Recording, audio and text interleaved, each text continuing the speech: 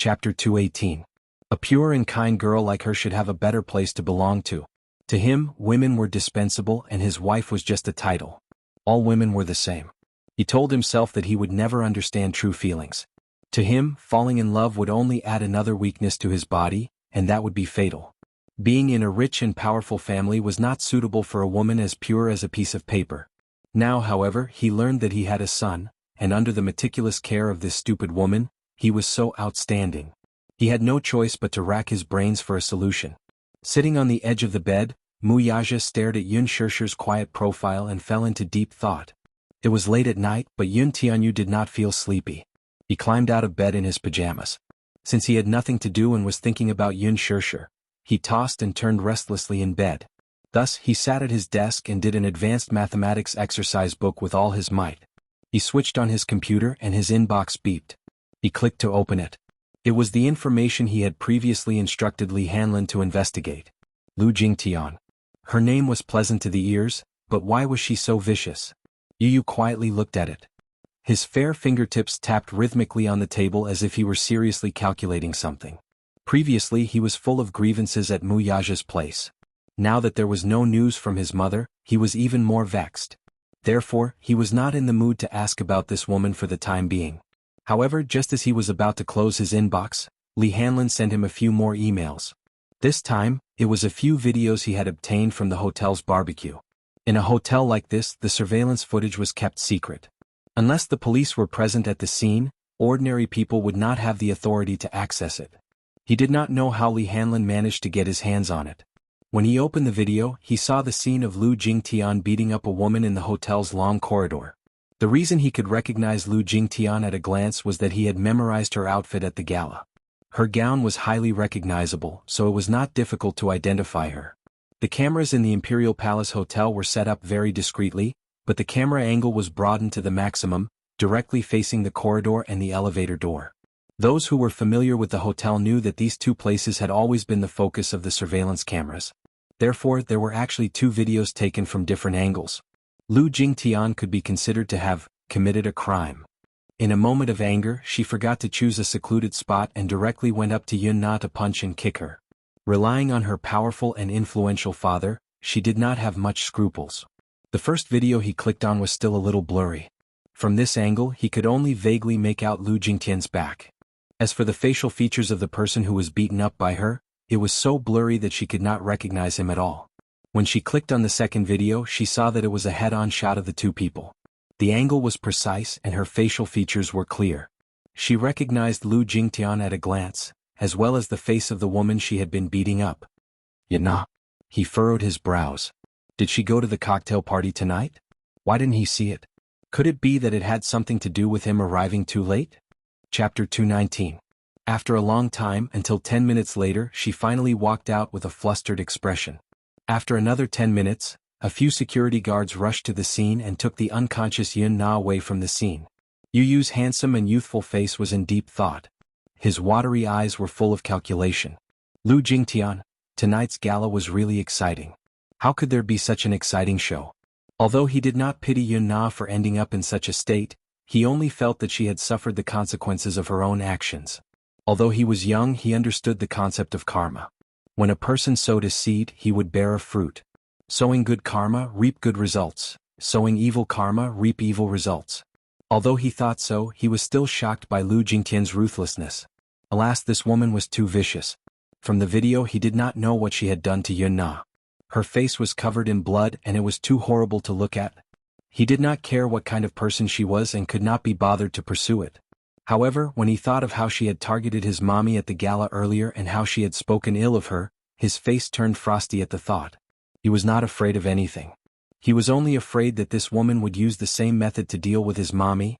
Thinking of this, he felt an uncontrollable chill in his heart. He double-clicked on the video to save it and replied to Li Hanlin with 3 words. Wait for the right time. Li Hanlin could not help but click his tongue in wonder. Wait for the right time? Wait for what time? Was it not the best time now? He had racked his brains to get his hands on this video. He thought that Yun Tianyu would eagerly sell it to the media at a high price to tarnish Lu Jingtian's reputation. However, Yun Tianyu did not do that. Instead, he calmly asked him to wait for the right time. The right time? What time was it? He suddenly recalled a decision Yun Tianyu had made during the board meeting.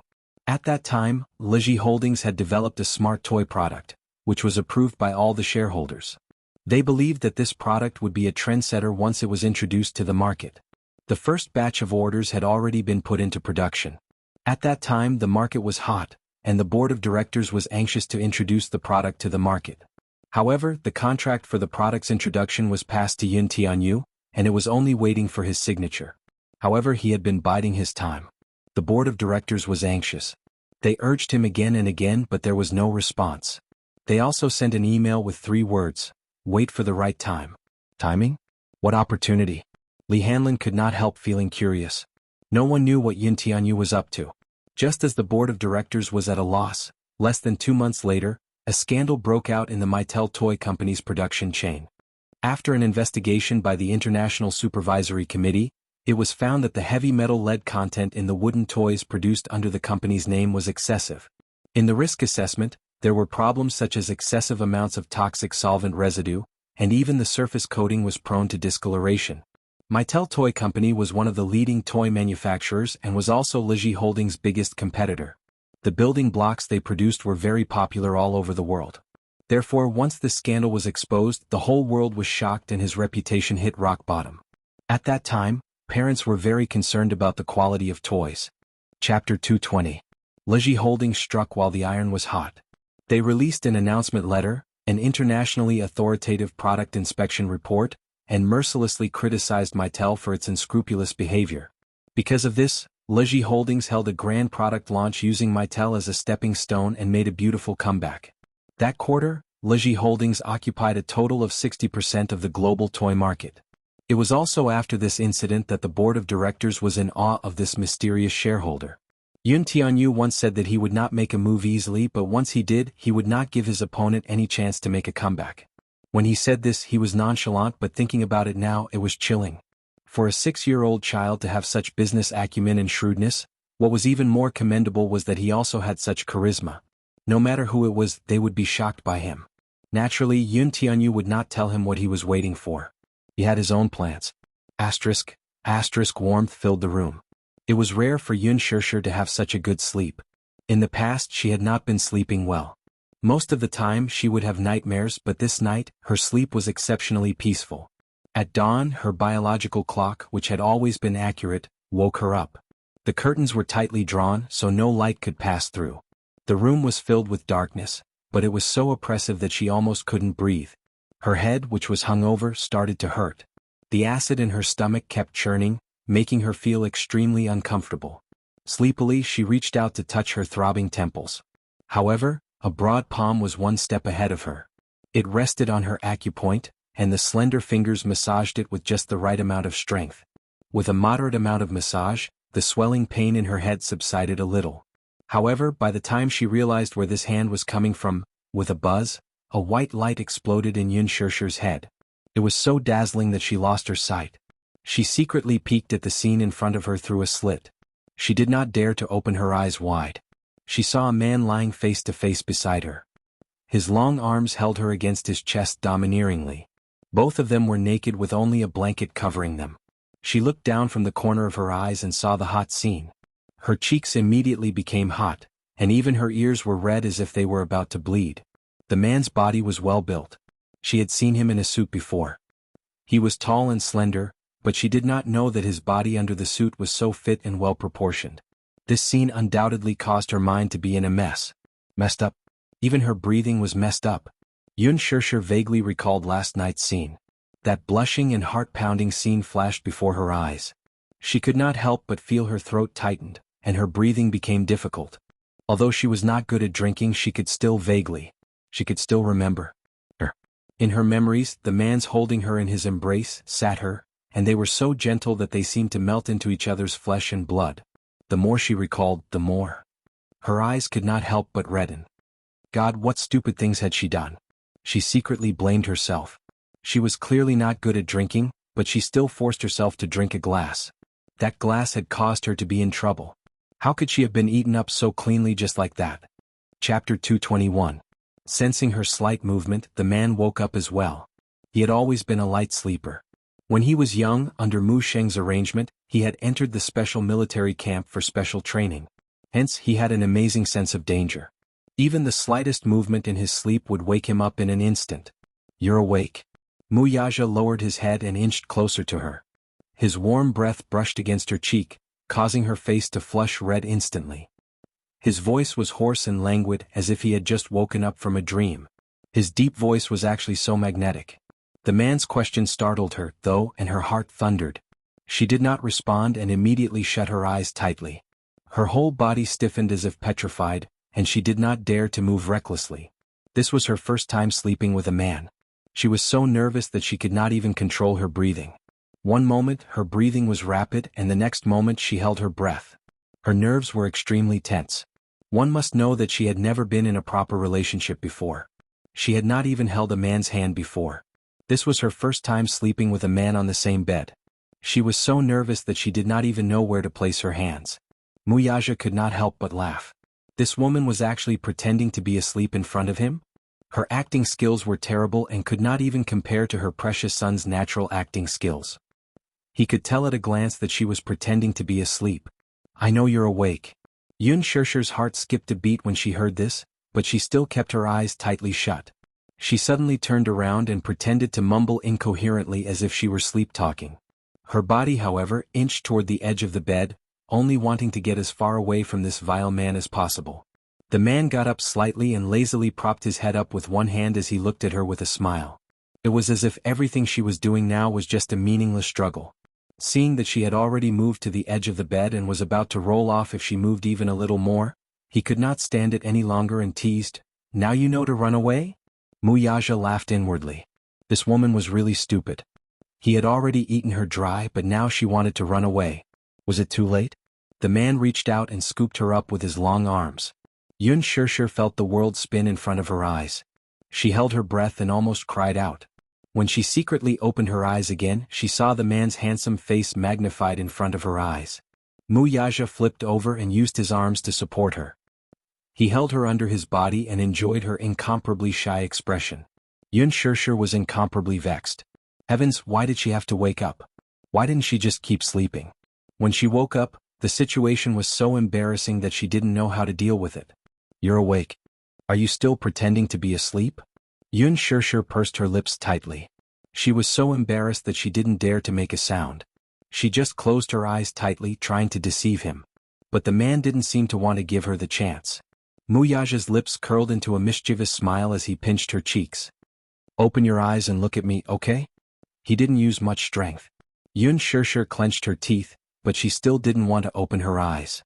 Opening her eyes would only make her more ashamed and unable to show her face. On the soft king-sized bed, it was his world at that moment. She didn't want to open her eyes, but he had plenty of ways to wake her up. Chapter 222. Pressing down on her in this position, he possessed her. Even though she was somewhat resistant and repulsed, her reaction was not as intense as the first time. Her weak struggle was not worth mentioning to Mu Yaja. In the depths of love, she could only blindly bury her little face into his neck and endure silently. This delicate appearance was simply like an aggrieved kitten, whining and protesting weakly from time to time.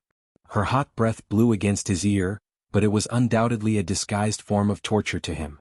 Little did she know that her actions had triggered a hidden undercurrent in him, almost turning him into a beast and devouring her until not even her bones were left.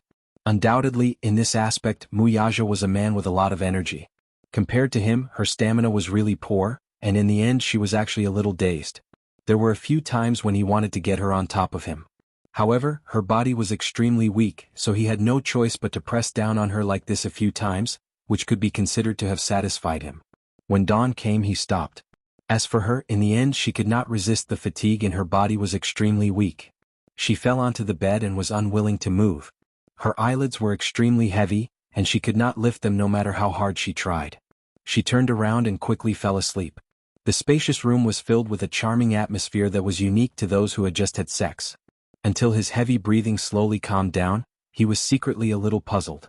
When did he become so greedy for women? She lay on her side, her body unconsciously curled up into a small ball. Her messy black hair was scattered around the pillow, half covering her jade-like cheeks, and there was an indescribable charm to her. Her sleeping position was always curled up. He had once read a psychological study that said that women who slept in this position would always subconsciously lack a sense of security. Her appearance looked a little helpless, and it really made one feel pity for her. Muyaja lowered his head to look at her again. With just one glance, a certain part of him was stirred up again. This woman was really like a demoness from ancient times.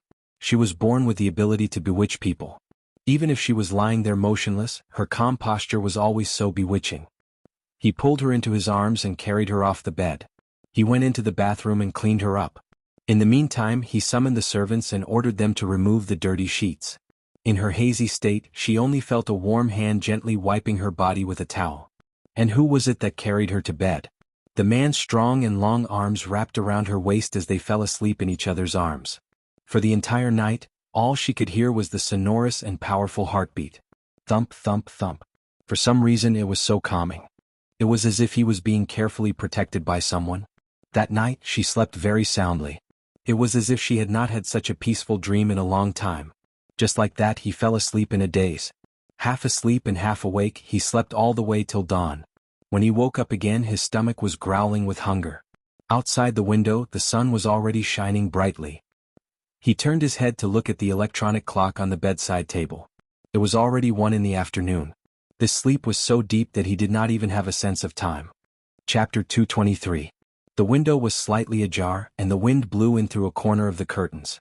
The fresh wind blew in, blowing away the charming atmosphere in the room. Yun Shirshir gradually regained her consciousness. She lay flat on the bed. Her waist and abdomen were unbelievably sore. Especially her thighs, there was still some tearing pain. There was an empty space on one side of the bed. He must have left. At this point, she could occupy the entire bed as she pleased. Reaching out, Yun Shirshir covered herself with the blanket. She was furious and embarrassed. She tossed and turned on the bed, but her heart was weak. She could faintly smell the man's unique fragrance again. She felt a little repulsed, but at this moment she didn't even have the strength to lift the blanket. He got out of bed and looked around, only to find that the bedroom was surprisingly big. She walked out of the room. The marble floor of the living room was cold as her bare feet stepped on it. There was a pile of brand new clothes neatly placed on the sofa. The reason why it was brand new was because the labels on the collars had not been cut off in time. The clothes were all very beautiful. Although the style was simple, the quality was top-notch. Just by touching the material of the clothes, she could vaguely guess the price and brand of the clothes. Then she lowered her head to look at the price tag of the clothes.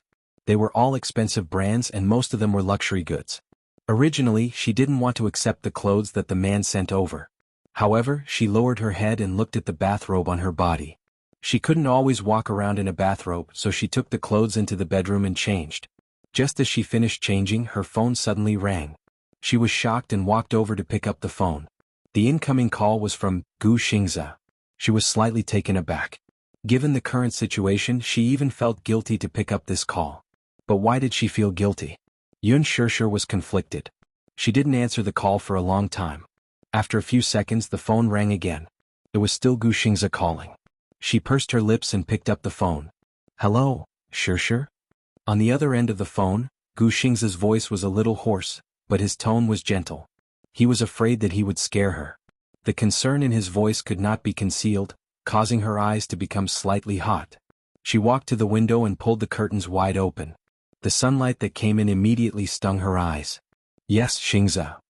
I heard from Qinzhou yesterday that you drank some wine and got drunk. Are you at home now? Yun Shirshir didn't know how to respond. She didn't even know where she was right now. Outside the window, there was an elegant scenery.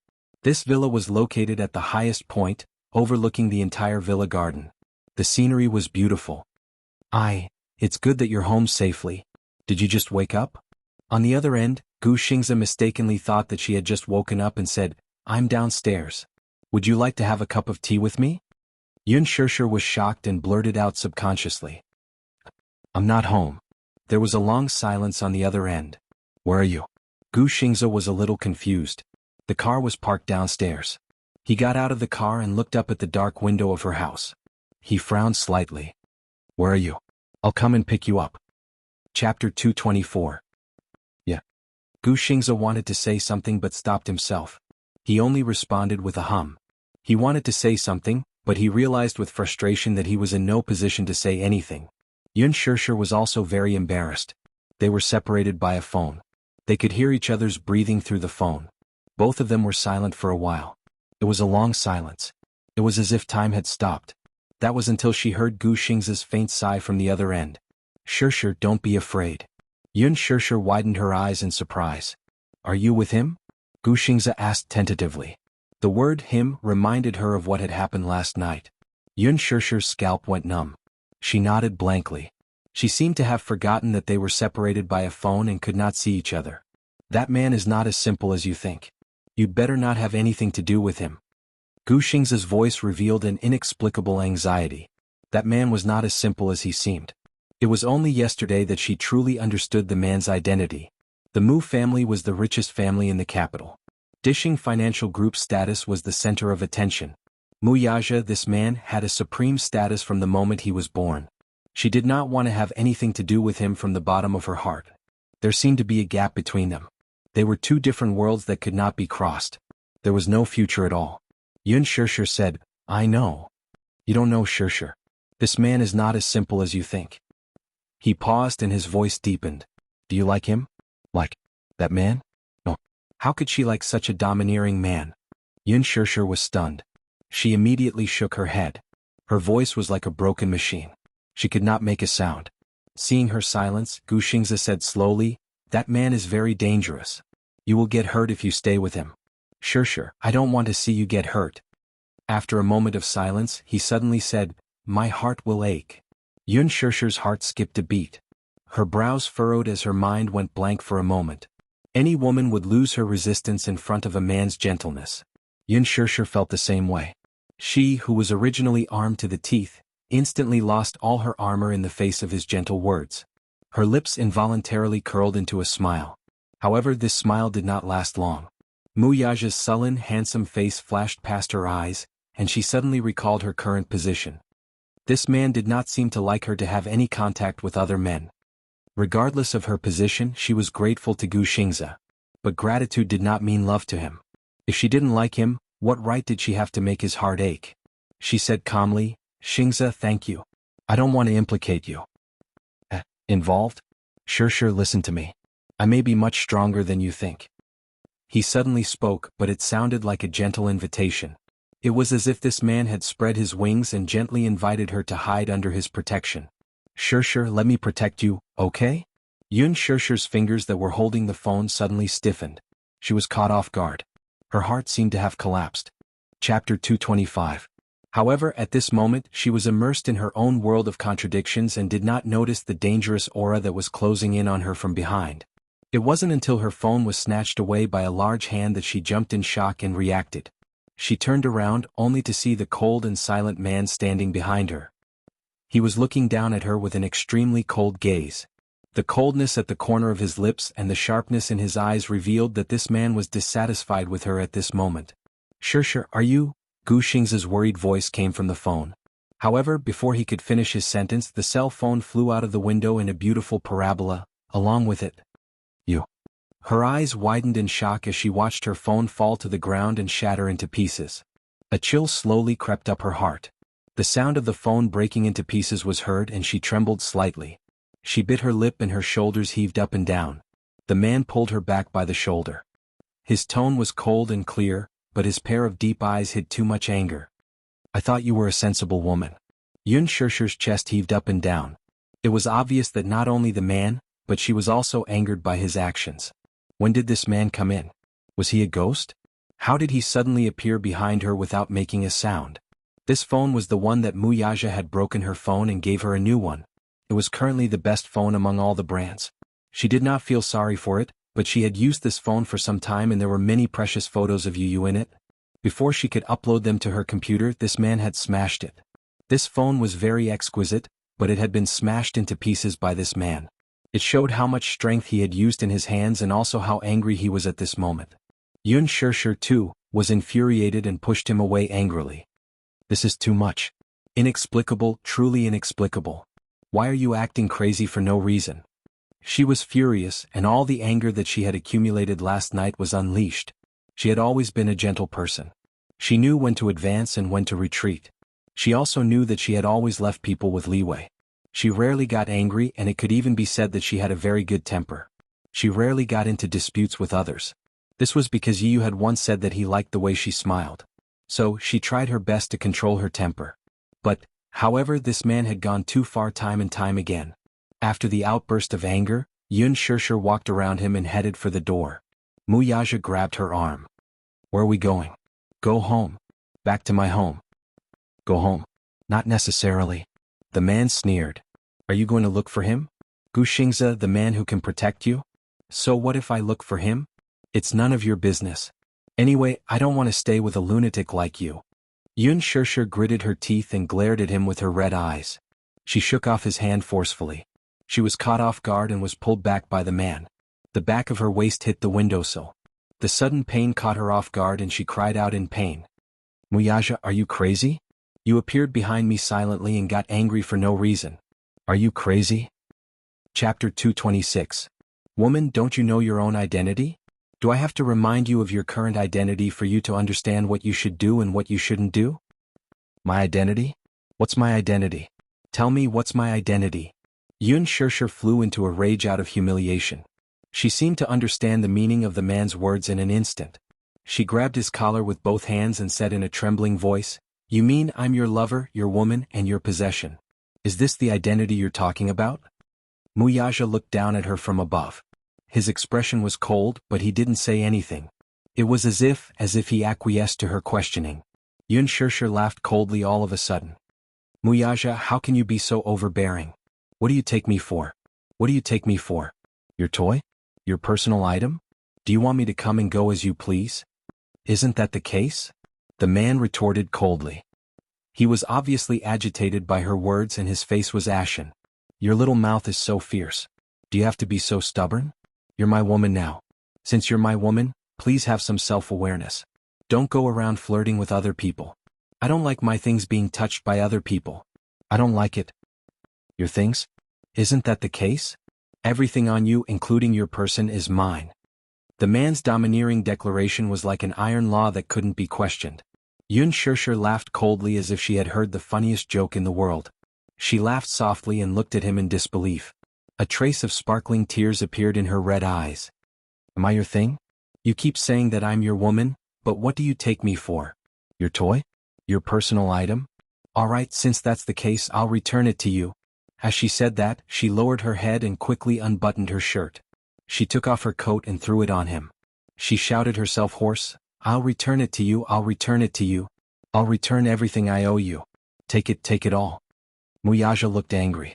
He grabbed her shoulders and stopped her. Why was this woman so stubborn? Was that what he meant? Was that what he meant? "Must you belittle yourself like that? Am I belittling myself? You're the one belittling me."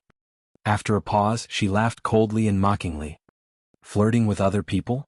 You're the one who's provoking me. Have I provoked you? Am I so cheap as to cry and beg to be your woman and ask you to keep me as your mistress? Am I shamelessly sticking myself to you? No. You're the one who's been provoking me. Muyaja, why must you force me to do this? What's wrong's wrong. I only signed an unequal treaty with you 6 years ago. I admit that I was willing to sign this agreement. You didn't force me.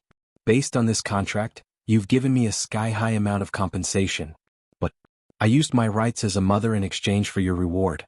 If my father wasn't in danger, do you think I'd be willing to do this? 10 million? 100 million? Can I get my child back? Can I get my rights as a mother back? I'll give you 100 million and you'll give me your child. Are you willing? Are you willing? Chapter 227.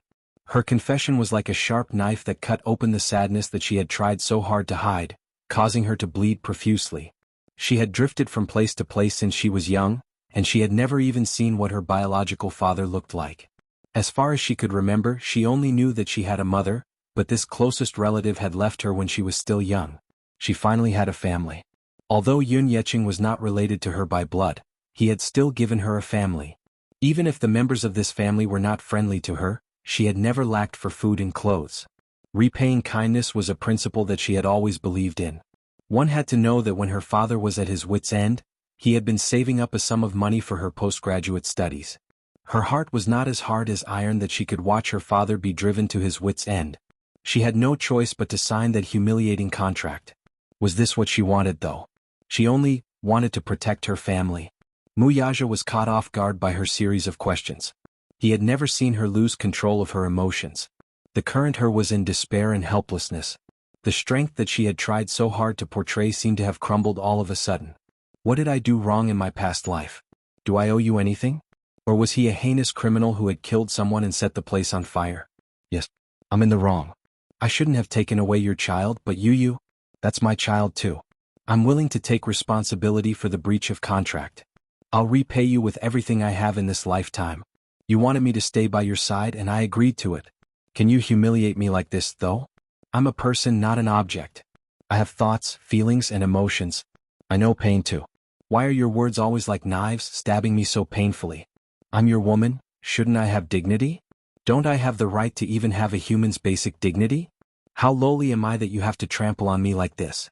Just because I'm your woman, I have to open my body at your command and let you do whatever you want. Is this what you want? I'm not.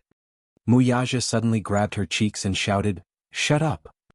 He felt like he was about to suffocate when he heard her confession in her heart. Every word made him shudder with fear. He hated the way she talked to herself. Was he like this? Was he that bad in her eyes? At his shout, she bit her lip and didn't say another word. Yun Shirshir glared at him, tears pouring out like a river. However, how could the grievances and bitterness that she had accumulated over the past 10 years be wiped out by a few heartfelt shouts and a few tears? She was not a puppet. She also had human senses. When she was happy, she wanted to laugh. When she was sad, she wanted to cry. But she could not cry. Yi was afraid of her tears. He was afraid that she would be sad. Therefore she tried her best to hide her cowardice. Perhaps Yun Na was envious of her luck. She was able to gain Lin Fengtian's recognition and enter the entertainment industry in one go. Perhaps her future would be limitless. However, she was also envious of Yun Na for having a father and mother who pampered her unconditionally. They cared and tolerated her. She only wanted to be a normal woman with flesh and blood, not a walking corpse. She wanted to be loved, tolerated, and protected. At the very least, she did not want to be treated unequally. Chapter 228. Yun Shirshir broke down and reached out her hand to push the man. However, this man stood there like a mountain. No matter how hard she pushed, he didn't move an inch. Her heart was even more defeated. She hated this man who messed up her life but couldn't do anything to him. Take it away, take it all away. Don't torture me anymore. Yun Shirshir held her head and her back leaned against the window as she slowly slid to the ground. She buried her face in her arms and cried out loud. Like a child, she vented all the humiliation, anger, unwillingness, and despair that she had accumulated in her heart. Muyaja, I hate you. I hate you the most. Muyaja didn't know what to do for a moment. His heart hurt. He was flustered. He was extremely flustered. He had made her cry. Her sudden collapse caught him off guard. He stood there for a long time, looking down at her helplessly. He didn't know what to do. Why did this woman cry just like that? She even cried so aggrievedly and in such despair. It was as if all her defenses had collapsed and her true appearance was exposed in front of him. But what should he do with her? Could it be that he was wrong? Was it his fault? He only wanted to build a city and trap her in it. He wanted to give her all the things she wanted. Whether it was glory, wealth, or endless love, he hated other men thinking about her. He only wanted to hide her well and not let anyone covet her. Was that wrong too? Then what should he do? Muyaja's brows furrowed slightly. His heart ached so much that he was about to suffocate. He had never shed a single tear. Even in the cruelest special training camp where he was covered in injuries, he had never shed a single tear. And for someone as cold as him, he had never felt heartache for anyone. However, this woman was crying so miserably in front of him. It made his heart ache without any warning. Don't cry, he shouted. Yun Shirshir didn't care about him at all. Her hoarse cries seemed to be complaining about his coldness. He held his forehead in frustration.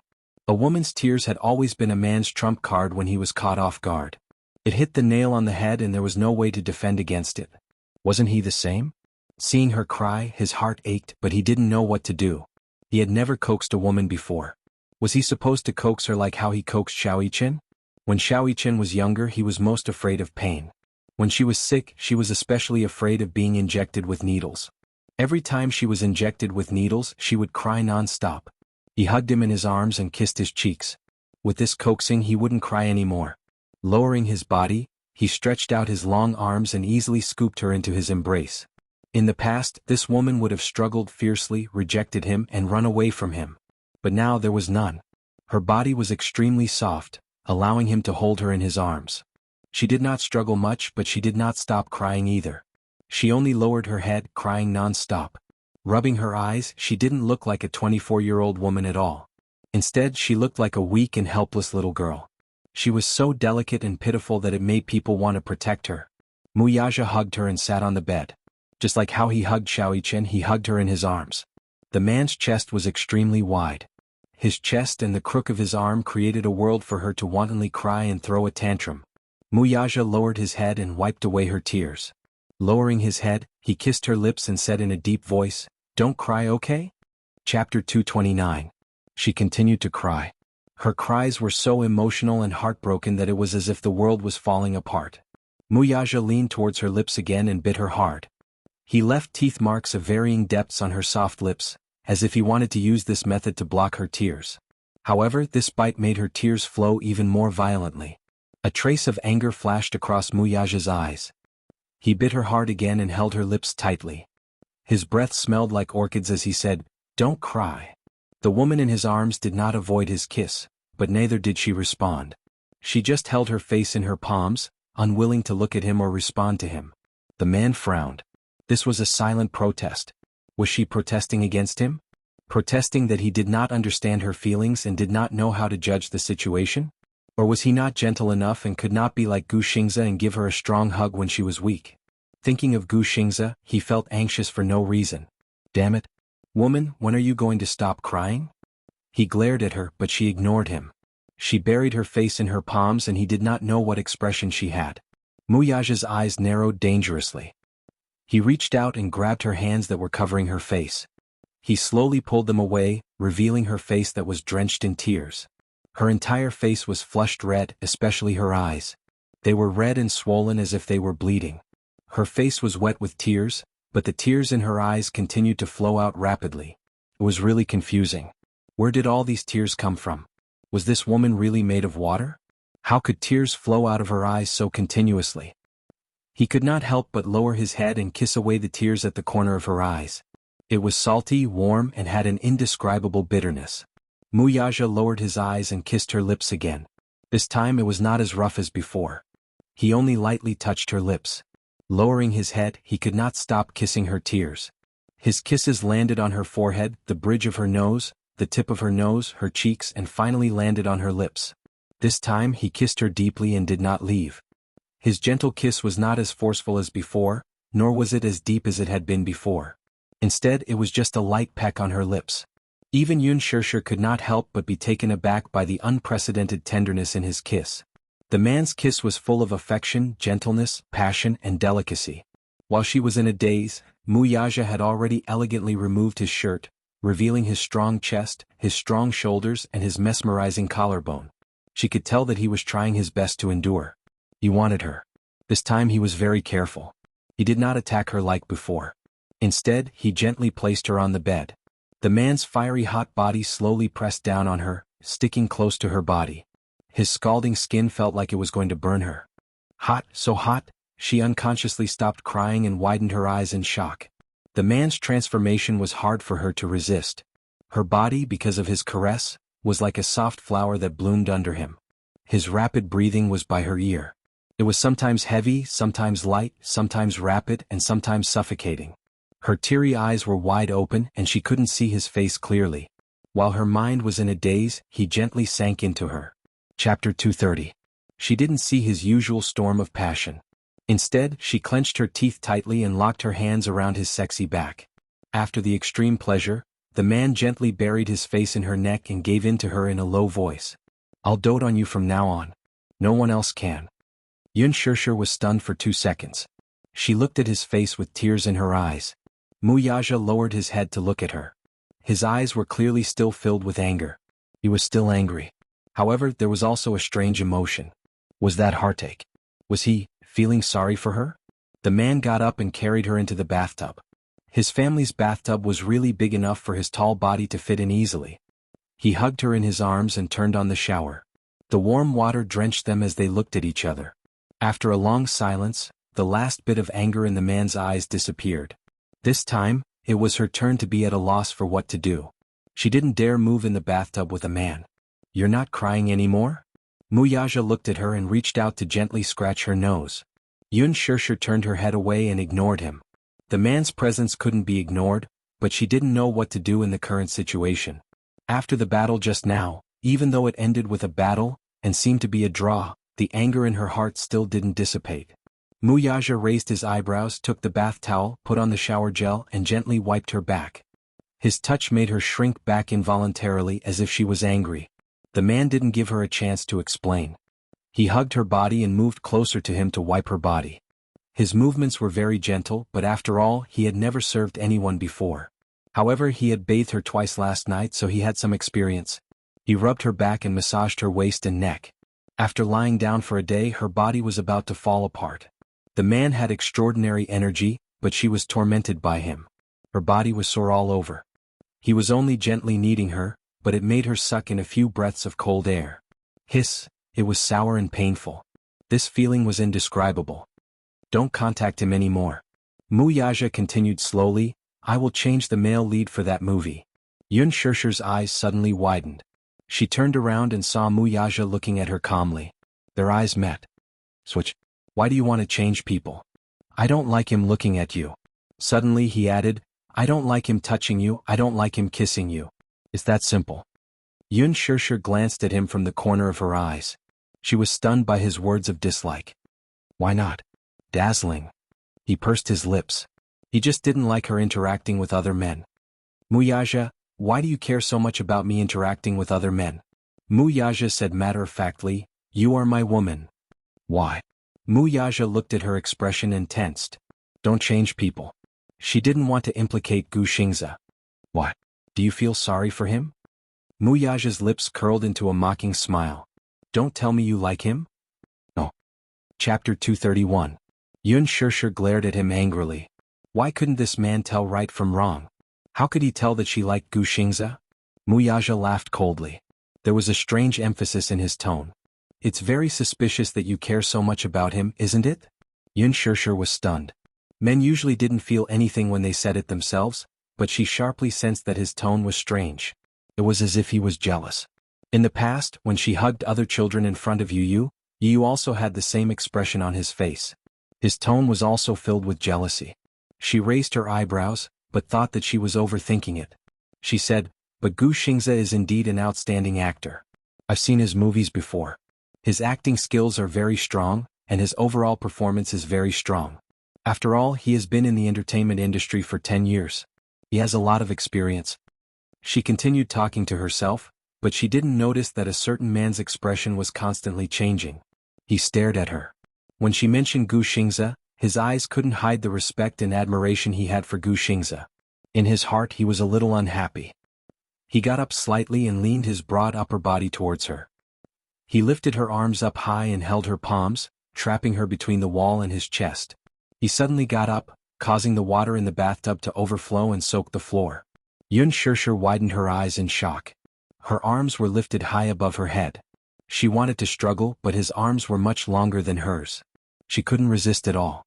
Behind her, her back was pressed against the cold tile surface. A bone-chilling coldness spread from her skin to her limbs.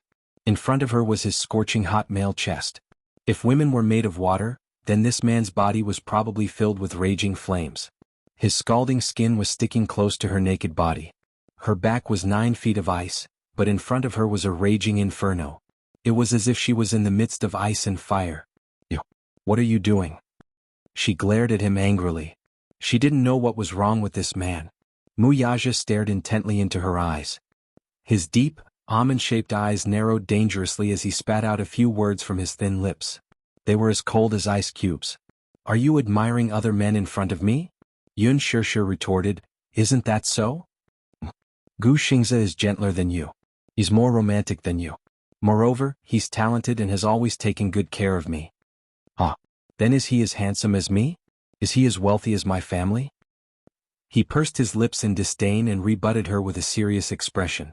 The anger in Yun Shirshir's eyes suddenly dissipated. The man in front of her was suddenly very serious. He was like a kindergarten child who was trying his best to compare his wealth. Just like the 4-year-old Yu when she was carrying the neighbor's child, she also questioned her in a fit of pique. "Mommy, why are you carrying another child? Is he cuter, prettier, and smarter than me? Does mommy not love me anymore?" She was like a pitiful puppy biting its tail in front of her, complaining that she was giving her love to another child. The difference between her and Yu was that even though Muyaja pretended to be disdainful, she could tell that this man cared a lot about her evaluation of other men. Chapter 232. Muyaja, you're really like a child. Shut up. Muyaja's face stiffened as he said coldly. Alright, I understand what you mean. You just want me to say that Gu Xingze is not as handsome as you, not as gentle as you, and not as good as your family background. You're so serious, you're really like a kindergarten child. Are you really 28 years old? Muyaja glared at her coldly, grabbed her chin and bit down hard. You sharp-tongued little thing. She was pitiful when she was pitiful, but she was so hateful when she was hateful. Can you let go of me now, young Master Mu? Yun Shishir pursed her lips. If you continue to be like this, I'm going to be crippled by you. It's best if you're crippled. Muyaja said coldly, but he let go of her and leaned back lazily. Yun Shishir rubbed her wrists unhappily. This man was really strong. She couldn't tell that he was so well built under his suit because he usually dressed so well. However, before she could relax and sit down, the man's arm stretched out slightly, grabbed her waist and pulled her back to his chest, splashing water everywhere. Yun Shishir fell on his chest and couldn't help but glare at him angrily. Muyaja looked at her and suddenly felt that this girl was so cute even when she had a piercing gaze. If you want to keep his role, sure. But she looked at him in surprise and stopped abruptly midway through his words. But what? I'll tell Lin Fengtian when the time comes. Muyaja's lips curled up as he spoke. Even though the biggest investor for The Green Apple was not Huanyu, it did not mean that he did not have a say in the casting of the film. Huanyu Corporation was the one who had filed a case with the film and television headquarters for this movie. The initial funds for the preparation were also provided by Huanyu Corporation. When Lin Fengtian invited Gu Xingze to act in the movie, it was also with his approval. After all, he was a capitalist. Investing in a movie was also a business. Naturally, he would not do a losing business. Gu Xingze's box office appeal was not to be underestimated. If he was cast as the male lead, he would at least hold up half of the box office. However, he did not expect that Yun Shishir would be the female lead. At first, he did not get involved in the casting of the female lead. However, the interaction between Gu Xingze and her at the cocktail party last night was too much of an eyesore. He was a businessman, but he was also a man. In his heart, he had already placed Yun Shishir under his name.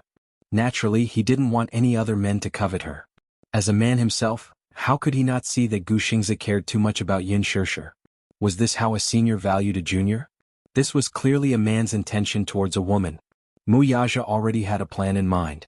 However, later on, when Lin Fengtian received Muyaja's 3-point agreement, he was completely confused. At first, he thought that Muyaja had specifically asked him to take care of Yun Shishir. Naturally, he agreed without thinking. Even without Muyaja's request, he would have taken good care of this newbie.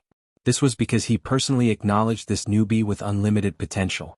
However, when he read out the first few terms of the 3-point agreement, blood rushed to his head. What bullsh** T was this? Chapter 233. In Muyaja's list, the first 3 were 1. No kissing scenes. 2. No bed scenes. 3. No hugging scenes. 4. Just the first 3 points alone made Lin Fengtian so angry that he almost vomited blood. What did that mean? Forget about the second one. No kissing, no holding hands, and no hugging? Was this still filming? Did they have to find a body double to complete the scenes of kissing and holding hands in a teen film? When he found Muyaja to protest, the latter sat at his desk and did not even look at him. He said coldly, "Shoot if you want, otherwise get lost." Lin Fengtian was so angry that he almost had a stroke. What could he do? What else could he do? Who was Muyaja? He was the crown prince of Dishing Financial Group. Everyone in Huanyu Entertainment had to follow his orders. What was the use of his protest? However, this was a story for another day. Yun Shishir did not know what Muyaja was thinking and thought that he had agreed. However, she heard him say, "But there is a condition." What condition? Muyaja's thin lips curled into a charming smile. He said clearly, "Kiss me." Yun Shishir was stunned. Then her cheeks flushed. You, 1. Hey Muyaja. 2. His expression was calm as he counted slowly. He was so relaxed that he looked like a high and mighty monarch waiting for her obedience.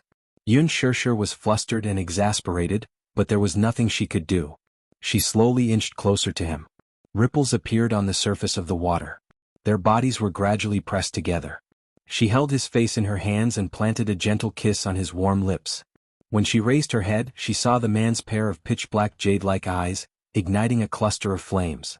Yun Shirshir's shoulders trembled. His eyes were very deep and dark, hiding a trace of desire that could not be seen. She couldn't tell, but she could tell that he was hiding something. Thus the two of them faced each other like this. She did not dare to move at all. That's it. What else? Yun Shirshir frowned. Woman, your kissing skills are really bad. Mu Yaja criticized mercilessly. I'm sorry, do you want me to practice with other men? Yun Shirshir laughed mockingly. Mu Yaja immediately glared and threatened, You dare. He reacted violently as if someone had stepped on his tail. If you don't have any kissing skills, do you? Is there a need to bite when kissing? She retorted in embarrassment. Was it her fault? She had never had a proper boyfriend before. At the age of youth, while other girls were enjoying the beauty of youth and having passionate relationships, she was working hard to earn credits, raise Yu and work to study. Not to mention kissing skills, even holding hands with Gu Xingza at the cocktail party made her so nervous that her heart was beating like thunder. Mu Yaja smiled wickedly and said, Do you want to try whether I have any kissing skills?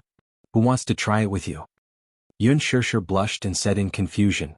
Unexpectedly, the man did not seem to have any intention of asking for her opinion. He turned her face and pressed his thin lips against hers without restraint. This kiss was not like the one before where he was attacking her. Instead, it was a gentle kiss on her lips. His moist tongue gently outlined the shape of her lips, delineating them in detail.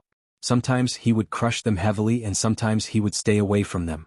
Chapter 234. Yun Shirshir was a little dazed. She didn't know where to place her hands. Her hands rested on his chest as she clenched her fists nervously. This man had always been high and mighty. He was like an overlord who could call the wind and summon the rain. He had always been rough and irresistible. However, she couldn't react to his sudden gentleness. On one hand he was cold and domineering. On the other hand, he was gentle and protective, as if he was holding her in the palm of his hand. Which one was the real him? Yun Shirshir couldn't tell which direction she was heading in. He was immersed in it. She was also immersed in this tenderness and couldn't come back to her senses. Gradually she knew how to respond slowly. After the kiss, their faces slowly separated. Her body seemed to have gone limp. Her limbs and bones lost their strength as she lay limp on his chest. Mu Yaja lowered his head and looked at her. Her eyes were like silk and her cheeks were flushed red. She was so pure and beautiful. Especially that pair of beautiful peach blossom eyes, they were shimmering and intoxicating. Even if he didn't drink, he couldn't help but feel drunk. He was intoxicated by her seductive eyes. No man would be able to resist such a woman. Even he couldn't resist such a gaze. He caressed the back of her neck and said softly, You're not allowed to leave me. Don't leave me. He muttered in a low voice. If one didn't listen carefully, they wouldn't be able to hear what he was muttering to himself. Yun Shirshir frowned. Her thin lips parted slightly, but before she could say anything, the man spoke first. You're not allowed to refuse. That domineering Mu Yaja was back. It was as if the man with tender and sweet eyes just now was just a dream. Without waiting for her to react, the man had already gotten up, put on a bathrobe and walked out. Yun Shirshir was distracted. She lay down in the bathtub and sighed contentedly. She then realized that the bathroom was really as big as two of her bedrooms. Lying in the huge bathtub, he felt extremely comfortable. He wished he could just lie there and not get up. However, she suddenly realized that it was getting late. She should go back early, so she quickly got up as well. However, just as she stepped out of the bathtub, her legs went soft and she almost fell to the ground. Mu Yaja turned to look at her with a mocking smile on his lips. Why can't you even stand properly? Yun Shirshir bit her lips. This man still had the nerve to ask. If he hadn't been so energetic and tortured her, how could she have ended up in such a sorry state? After messing around in the bathtub for a while, her body was still sore and painful. She cursed Mu Yaja several times in her heart. However, she was too embarrassed to say it out loud. She just glared at him and slowly walked to the bathroom. Mu Yaja looked at that slender figure and suddenly felt pity in his heart. How could this woman be so thin? When he did it with her, he was always careful, afraid that he would accidentally break her bones. It wasn't a good thing for a woman to be too thin. If she was a little fatter and had some meat on her body, it would be more comfortable to hug. At least it wouldn't feel so cadmium. However, although she was thin, perhaps it was because she had been breastfeeding, her figure was still quite good. Chapter 235. What are you looking at? She said angrily, looking unhappy. The man said matter-of-factly, I'm looking at you. Yun Shirshir pursed her lips and moved her body away, but she saw that he was still staring at her body. That unrestrained gaze swept up and down her smooth body, unable to hide the ridicule in his eyes. She couldn't help but fly into a rage out of humiliation. Don't look any more. Why, are you shy? Muyaja smiled. Yun Shirshir couldn't take it anymore and walked up to him and forcefully pushed him out of the door. Get out. With a ping sound, she locked him out of the door. The man's lips curled up and he chuckled. This was clearly shy. However, he was kind enough to not tease her anymore. Wearing a bathrobe, he walked out of the bathroom looking refreshed and sat on the sofa. He held a glass of red wine in his hand and casually flipped through the newspaper that the helper had passed to him. When he saw the headlines published in the newspaper, his gaze deepened and he took a sip of the red wine. His face was full of self-satisfaction. When she walked out, she saw that he was holding his head in one hand and flipping through the newspaper with the other. She suddenly felt that the situation was a little awkward. He was so comfortable, but she was a little uneasy. Muyaja turned his head and looked at her with a pair of playful eyes. The corners of his lips couldn't help but curl up into an interested smile. The current her had just taken a bath and her body exuded a refreshing fragrance.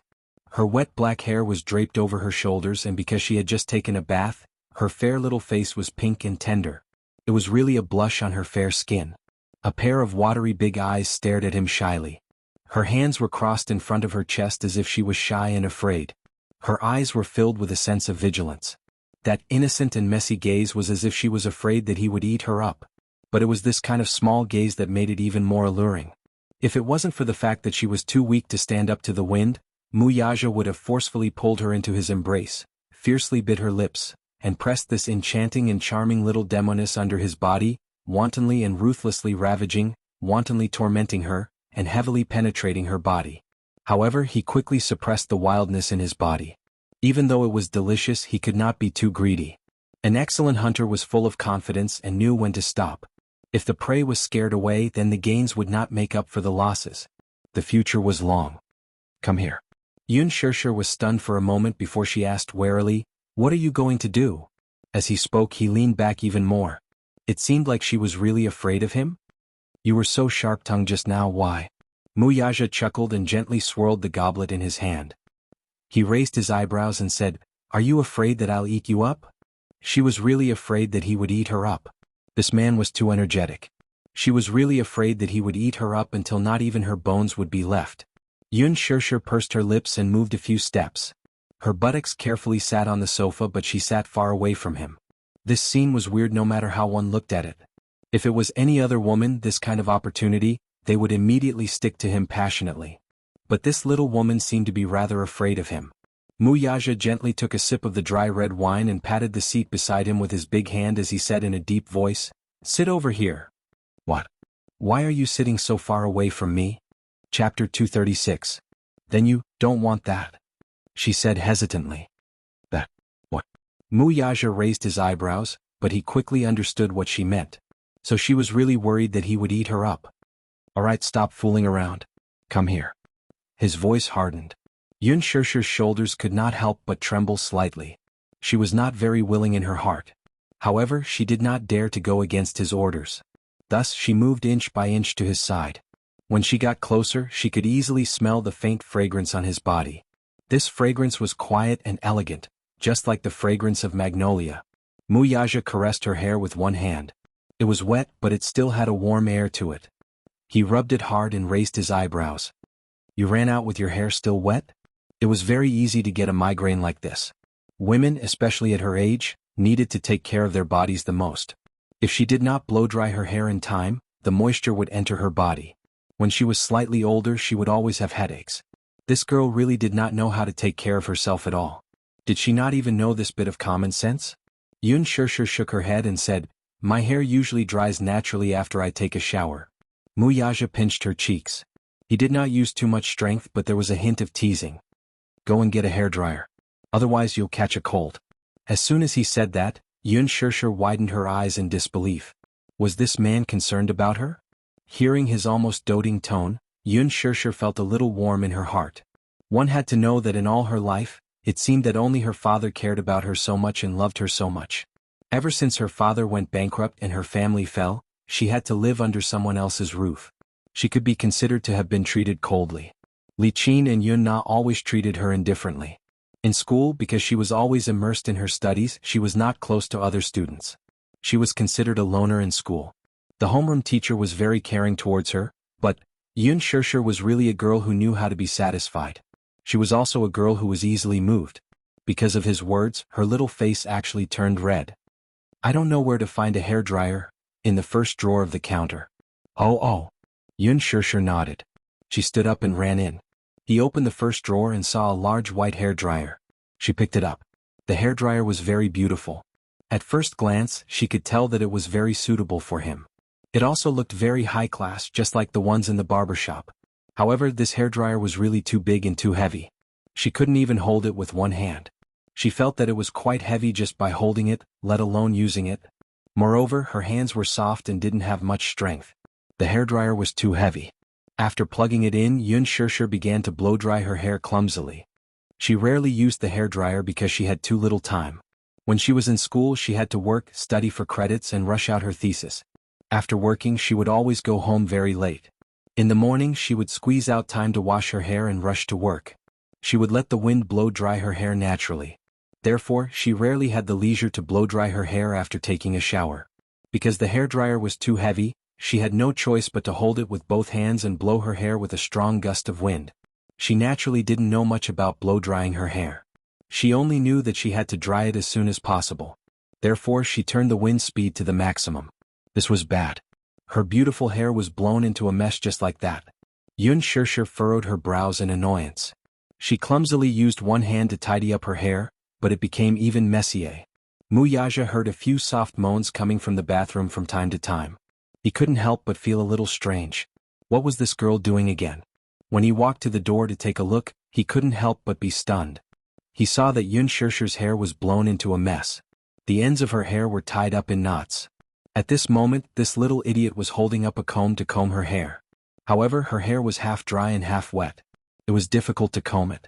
She was in so much pain that she looked embarrassed. It seemed like she was in so much pain that tears were about to fall. Chapter 237. He lowered his head, looking very patient and very serious. What surprised her was that these messy knots in his hands were quickly defeated in just a short while. Stupid woman, you don't even know how to blow-dry your hair? As Muyaja spoke, he picked up the hairdryer and turned on the gentle wind, gently drying her hair for her. His slender fingers weaved through her hair with the warm wind, drying strands by strands as his fingertips rubbed her acupuncture points from time to time. Such a gentle action made Yun Shirshir sigh contentedly and moan softly. She lazily closed her eyes and her lips couldn't help but curl up in bliss. So comfortable. She occasionally went to the hairdresser's to get a haircut and the hairdresser massaged the acupuncture points on her head like this. The man's technique seemed very professional and didn't lose out to the hairdresser's technique at all. This feeling was really good. In the past, her father had also washed and dried her hair for her. She had lived with her father since she was young, so for a period of time, for her sake, her father didn't hesitate to ask the neighbor's auntie how to tie her hair. Even though the results weren't very good, the twin ponytails were often one high and one low, and the ponytails were tied so tightly that even her scalp felt tight. Because of this, she was mocked by many classmates. But Yun Shirshir still felt that that was the happiest time of her childhood. You seem to be very proficient in this. Yun Shirshir couldn't help but ask curiously, don't talk about ordinary men, even women would be helpless in front of such long and dense hair, but you're able to handle it so easily? When Muyaja heard this, he didn't know why, but his originally curved lips suddenly returned to a cold arc and his expression tensed up. She didn't notice the change in his expression and continued to ask, have you had any experience in the past? Muyaja's actions paused slightly as if he had recalled some past events, and his eyes were tinged with a trace of pain. But very quickly this emotion was suppressed and disappeared in a flash. Very quickly, he resumed his usual coldness and only said indifferently, in the past, I used to blow hair for people. When Yun Shirshir heard this, she didn't know why, but her heart ached, and strangely, she felt that even her breathing became stuffy. Often, bragging to others? Was it a woman? As she thought of this, she suddenly mocked herself helplessly. Of course it was a woman. Only a woman would have such long hair. Was it Mu Wanru? He often blow-dried her hair? just like today when he bragged about himself. Was he going to comb her knotted hair and massage her acupuncture points? Amidst her complicated thoughts, her hair had been blown dry unknowingly. Muyaja put down the hairdryer and hugged her shoulder from behind. Looking at the beautiful person in the mirror, he lifted her beautiful hair with one hand and hooked his lips. So beautiful. Yun Shirshir blushed. Muyaja suddenly lowered his head and sucked on her earlobe. The tip of his tongue tickled her ear and the man chuckled charmingly. She originally thought that he would do something, but she heard him ask, "Are you hungry?" Yun Shirshir licked her lips and nodded slightly. After a day of nothing, her stomach was already empty. He asked again, "What do you want to eat?" "I'm not eating. I want to hurry home." Haha. Muyaja gently pecked her cheek again. "You don't have to wait too long. Eat something before you leave, okay?" Chapter 238. Muyaja could not help but laugh. At the mention of Yu, he was reminded of the child he had never met before. His son. Yu? What's his name? Tianyu, she said slowly as she looked at his expression. Hey. Muyaja leaned against the door and muttered a few words before looking at her with his deep eyes. Was a nice name. Tianyu. When he was just born he almost lost his life. Perhaps it was because of God's blessing that he grew up healthily. That's why he was given this name. Yun Shirshir explained. He was the child's father, so she felt that it was her duty to let him know the child's name. It's a good name. His surname is Yun? Yun Shirshir looked up in surprise and stared at him warily. Seeing that he was just asking casually, she said carefully, "Yes. He has my surname." "Who is he living with now?" Muyaja asked. "He's living with me." "He's not living with your father?" Yun Shirshir's brows furrowed slightly as her heart suddenly ached. Yun Yecheng liked you very much. Initially, when she wanted to keep the child, no one, including him, agreed to let her raise him. She was still a student at that time. Her family was in dire straits and she was in debt. What ability did she have to raise a child who was crying piteously for food? Things were not cheap at that time. Just diapers and milk powder alone cost a lot of money every month. Moreover, the child's health was not good. When he was born, they found out that he had a congenital heart deficiency. Secondly, his body was very weak and he had many minor illnesses. It was not that Yun Shirshir did not feel strange at all. The older brother was so healthy when he was born, so why was the younger brother so weak? She had asked the doctor about this before, but the doctor explained that the two children were fighting for nutrition in the mother's womb because they were twins. Her brother had absorbed enough nutrients, so even though he was born prematurely, he was still very healthy. As soon as he was born, he cried loudly. His voice was loud and full of energy. Even the doctor who delivered him was amazed. However, his brother was in his mother's womb and did not absorb enough nutrients. Moreover, he was born prematurely in August. When he came out, no matter how hard the nurse slapped his butt, he did not make a sound. His face even turned purple. If it weren't for the nurse's experience and the fact that she saw that the child still had a weak vital sign and hurriedly carried him to the emergency room, the child would have been saved. When he first brought Yu back to the Yun family, Yun Yecheng often frowned at the baby in her swaddling clothes. The child looked delicate and cute, and his big eyes were especially bright. However, the family's conditions did not allow it. Wasn't this holding up the child? Fortunately, when Yu grew older, he displayed intelligence and obedience that was beyond the reach of ordinary children. Only then did Yun Yecheng change his view of the child and devote more love and care to him. However, his love and care undoubtedly attracted the hatred of Li Qin and Yun Na. Yun Shirshir alone had taken away half of Yun Yecheng's love and care. Now that this little B** starred had appeared out of nowhere, how could Yun Na let it go? Hence, she bullied Yun Tianyu every 2 to 3 days. There was once when Yun Shirshir returned home late. Just as she entered the house, she saw Yu expressionlessly hugging the toy that Yun Na had stomped on and sitting in a corner with a disappointed look. Chapter 239. Mommy, is it because Yu is being naughty? Grandma and Auntie don't like Yu? She was heartbroken when she heard that. Yun Na, on the other hand, did not know the truth of the matter. She flew into a rage out of humiliation when Yun Tianyu came and snatched her father's favor from her. Li Qin, on the other hand. She was mean to Yu and Yun Shirshir could not forgive her. She was the one who forced her to sign that contract back then. She sacrificed herself to relieve the Yun family of the huge burden of repaying the debt, yet she was still mean to Yu. How could she forgive her? At this thought, Yun Shirshir clenched her fists and slowly said, "Foster mother doesn't like him, so she rented a house outside." She then quickly added, "I'm going back. Yu must be worried sick about me since I didn't go back last night." With that, she tidied herself up and hurried to the door. Muyaja asked from behind, "You're going back by yourself?" "Yes, I'm going back by myself."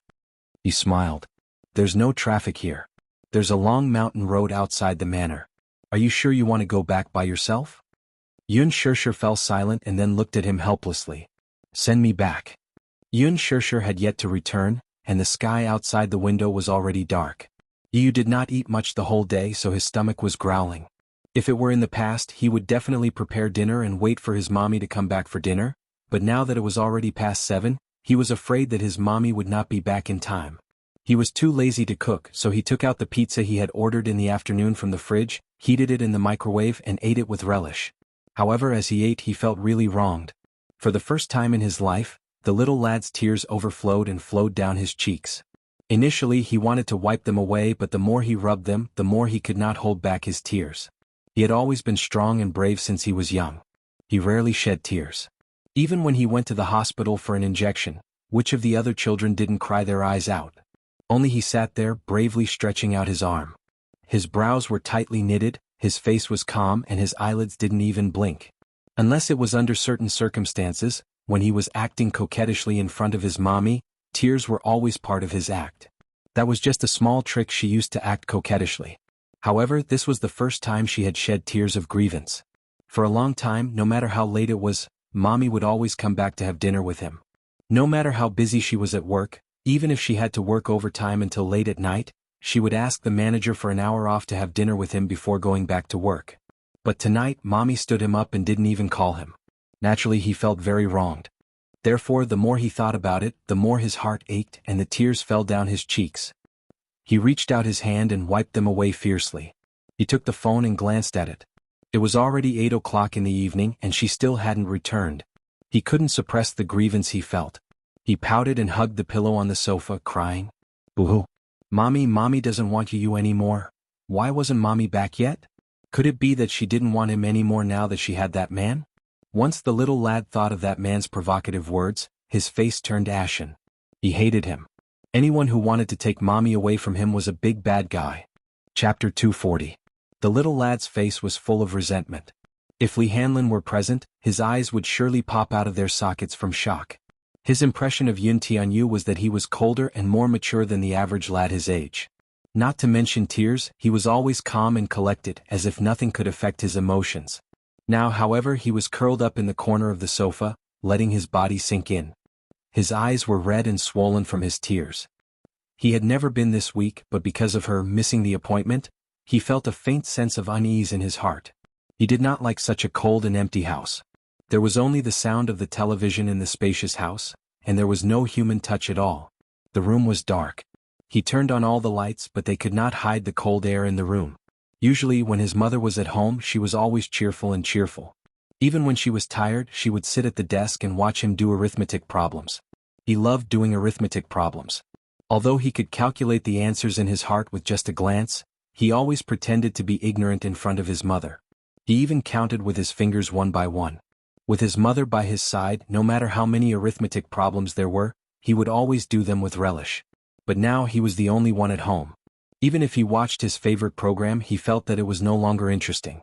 Could it be that it would continue like this? Did that man really love his mommy?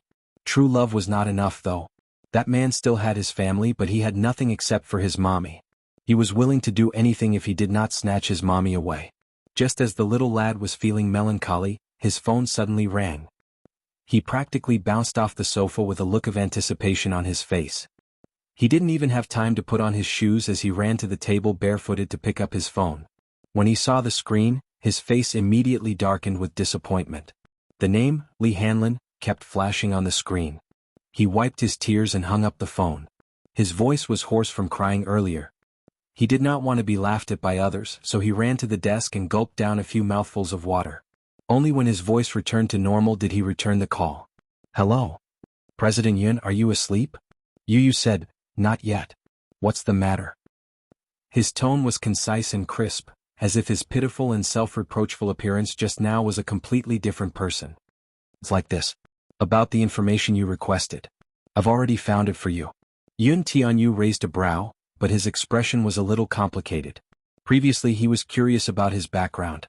When he was younger, he often asked about his father's whereabouts. Yun Shishir had always been secretive about his background. He thought that he had touched on his mommy's sore spot by asking about his daddy. He had always thought that he did not have a daddy and that his daddy had left him the moment he was born. He also thought that he didn't have a father. But as he slowly learned the truth about his biological father, Mu Yaja, he couldn't help but be curious. What kind of past did his mother have with this man? Thus, for some reason, he ordered Li Hanlin to investigate the matter. Chapter 241. However, Director Yun, if it's possible, it's better that you don't know about it. Li Hanlin's tone on the other end of the phone was strange and cautious. He had read through the information and couldn't bear to send it to him. The truth was too cruel. He wanted to hide it, but he couldn't explain it to little Munchkin.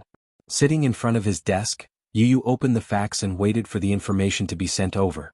Then he turned on his computer and a window popped up on the bottom right corner. Popular starlet Huan Yu's higher-ups slept with her? If it were any other time, Yu would have ignored such gossip. However, today he clicked on it. Talking about sleeping with her was a common occurrence in the entertainment industry. In this world of luxury, there were many ugly inside stories that were not known to the public. Often, many celebrities were glamorous on the surface and had the image of a pure and innocent girl, but in private, they hid extremely ugly faces. In this industry there were many fatal temptations. If one wanted to make a name for himself in this industry full of talents, sleeping with her was a method that most female celebrities used. Although it was another one, it was rare for Huanyu Entertainment's scandal to be exposed by the media. This was because Huanyu Entertainment's artists rarely had such scandals. After all, Huanyu Entertainment's artists had strong backing. Huanyu Entertainment was a milestone in the entertainment industry. Looking at the current entertainment industry, even Huang Entertainment, which was the leader of the film industry when Hong Kong movies were popular, was far from being comparable. What was more frightening was that Huanyu Entertainment controlled the shares of the 8 most authoritative entertainment media, and its influence on public opinion was obvious. It was also because of this that Huanyu Entertainment controlled most of the public opinion in the entertainment industry. Any negative public opinion towards Huanyu Entertainment had always been suppressed by Huanyu. Therefore, Huanyu's scandal of sleeping with an actress was really puzzling. Logically speaking, if this female celebrity was really unlucky and was photographed, Huanyu would privately buy the photo to protect her image. Now, the first to expose this scandal was Huanyu Entertainment's top media company, Xingyu Media. Could it be that this popular starlet had offended some higher-ups in Huanyu, so they wanted to teach her a lesson? Yu furrowed her brows as she skimmed through the news. The one who broke the scandal was one of Huanyu Entertainment's most popular actresses, Tang Yu. Early in the morning, Phoenix Entertainment's front page reported the scandal of Tang Yu's overnight stay in a high-rise villa in Huanyu. The evidence was conclusive. In the photo, Tang Yu appeared at the entrance of the villa and walked into the villa with the help of a servant. This executive was a member of the board of directors of Huanyu Entertainment, Li Wenqing. Li Wenqing had always had a bad reputation in the circle. She was even mentioned in the same breath as He Ling. Using his identity as a shareholder, many female celebrities had connections with him. There were rumors that Li Wenqing had a strong taste in certain aspects. She liked to play tricks and do things that were exciting. She was not much better than He Ling Xiang. Chapter 242. It was said that the reason why there was such a big commotion this time was because Li Wenqing's first wife caught them red-handed. The commotion this time was not small. Other than the photos that were leaked, there were also secretly taken videos. Li Wenqing was so impatient that he didn't even close the curtains when he was doing it. It seemed that he wasn't afraid of being secretly photographed. He probably didn't expect that things would develop like this. This report also caused quite a big blunder. On the second day of Huanyu's annual cocktail party, all the major media outlets had prepared the headlines in advance. All the artist studios had also stayed up late to prepare for today's headlines. However, early in the morning, Xingyu Media was the first to release a notice on the media outlets. They said that they had caught a young actress trying to climb up the social ladder by cheating and had gotten hold of some juicy news. As soon as the notice was released, many media outlets were dumbfounded. No way! The headline that they had painstakingly concocted had been caught off guard by a Qing Yaojin who had jumped out halfway? At first, they thought that it was an old trick used by the investors to hype up a movie that was about to be released. They were all veterans of the Jianghu, so they were already used to this kind of method. However, they didn't expect that at 7 o'clock in the morning, once the news about Tang Yu and Li Wenqing's affair was released, it quickly became a hot topic. Seeing that Xingyu Media had taken the lead, all the media outlets couldn't sit still anymore. They all rushed out to dig deeper and more juicy news. Therefore, Tang Yu's old news quickly became the headlines of all the major media outlets. Tang Yu's dark history was dug out by the media from the dust of time, and it was repeated again and again. Before Tang Yu debuted, she was a social support and sat on the stage in a bar. In order to climb up the social ladder, Tang Yu slept with 2 assistant directors and several male leads. Tang Yu and Yang Mi were from the same school, but they were always scheming against each other to get more exposure. Tang Yu bullied a newcomer who just debuted. This time, Tang Yu wished that she could be dug up from head to toe. Her dark history that she couldn't bear to look back on was dug out one by one. The ones who were hurt the most were Tang Yu's loyal fans. On the screen, Tang Yu had always played the role of a naive and sweet girl. Her pure and beautiful image had attracted many otaku fans. However, when they saw the true face of their goddess, it was inevitable that they would be disillusioned. Therefore, her fans became her haters. Tang Yu's followers on Weibo dropped from 10 million to 5 million. Female celebrities who had a close relationship with Tang Yu, such as Yang Mi, began to release drafts to clear their relationship with Tang Yu. Now that Tang Yu was ruined, most of the celebrities who had a good relationship with her chose to protect themselves. In this entertainment circle, there were many people who took advantage of Tang Yu's notoriety to stir up a hot topic. There were many people who hit Tang Yu while he was down. It's not suitable for children. Yu mumbled and looked at the fax machine. Seeing that the documents had been sent over, she walked over and picked up the stack of documents. She glanced at them and her face stiffened. His hand that was holding the paper couldn't help but tremble. What are these? Could this be the truth he wanted? Li Hanlin's hesitant tone rang in her ears. So, this is the reason why he's worried? Just then the doorbell rang loudly, pulling her out of her thoughts. Yu turned on the CCTV and saw Yun Yeching's face, who was waiting outside. Chapter 243. Yu was at a loss for a moment before his face sank. Why are they here? If it were in the past, he would definitely put on an innocent and romantic front and call him Grandpa obediently. However, after seeing the documents earlier, he felt a sense of alienation when he saw his father's face. However, in the next moment he suddenly thought of something and smiled strangely. It seems that this grandpa of his is here to ask for a favor, right? Yu? Is your mommy home? Yun Yeching seemed a little uneasy. Come in and talk. He opened the door to let them in, but Yu's expression was extremely cold. From the moment he stepped through the door, Yun Yeching and Li Qin carefully sized him up from head to toe. Yun Yeching felt a little strange. This child is a little different from before. He could not pinpoint exactly what was different about him. He only felt that this child had suddenly become so cold. There was no smile on his face and he looked at him coldly and indifferently. He was no longer as close as before. Yu acutely sensed his strange gaze and glanced back at him. His sharp eyes were so sharp that even the experienced Yun Yeching could not help but be intimidated by them. The look in his eyes was so sharp and sharp. It was not a look that a child of his age should have. Yu, what's wrong with you? Why is he suddenly so cold to me? He used to call me Grandpa affectionately before. What's the reason behind this? I really can't figure it out at the moment. Li Qin snorted. You have no conscience. You don't even call me elder. I don't know how your mommy taught you. Don't you know the rules? Is it up to you to ask how my mommy taught me? Yu retorted coldly. Li Qin could not react in time. She was so angry that her face froze. This child has changed. He has changed. He used to be so submissive when he saw her. Even though she did not like this child, he still called her Grandma warmly every time he saw her. Although she ignored him, this child did not forget his manners. Why was he not polite today and even knew how to talk back? Especially that face, it was extremely cold. With just a glance, it was as if the surrounding air was about to freeze into ice. With just one look, she felt a chill run down her spine. Revolt. I think you're really your mother's biological child. You're just as unruly as your mother. You're a little B***starred who doesn't know anything. Don't you know how to respect your elders? He had no respect for his seniors. Yu's patience ran out. Did you brush your teeth before going out? Li Qin didn't understand what he meant and was a little dumbfounded. He nonchalantly replied, This is my house, so please be mindful of your behavior. Don't only know how embarrassing it is when I chase you out. Li Qin still wanted to say something. At the side, Yun Yeching could not take it anymore. Just shut up.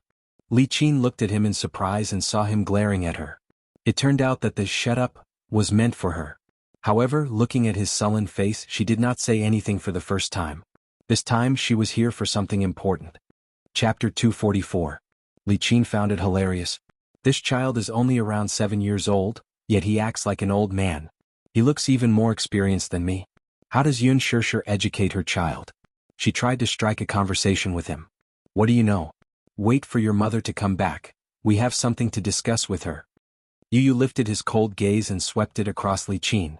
That menacing look in his eyes was like that of a leader who had been through a lot of bloodshed. He was mature and arrogant. Her heart involuntarily shrank. She was actually a little timid because of his gaze and kept her mouth shut. After thinking about it carefully, she felt that something was amiss. He was clearly such a young child, yet he had such a murderous look in his eyes. This was truly unbelievable. You don't have to beat around the bush with me. If it's about borrowing money, just get straight to the point. His cold and indifferent tone was mixed with a hint of command. Yun Yeqing was stunned. He and Li Qin looked at each other in disbelief. Yun Yeqing in particular could not hide his embarrassment. How did you know that I'm here to borrow money from your mother? If it's about borrowing money, then I won't see you out. Yu ignored his question and quickly asked him to leave. Yun Yeqing was stunned for a moment. Li Qin was even more furious. It was rare for her to have a good talk with Yun Shirshir, but she was met with a cold shoulder by this child. Yun Yeqing said, You won't understand even if I tell you about this. Nana is in the hospital and is in a critical situation. Grandpa doesn't want to do this, but Grandpa has no other choice. I can only come to your mother to think of a solution.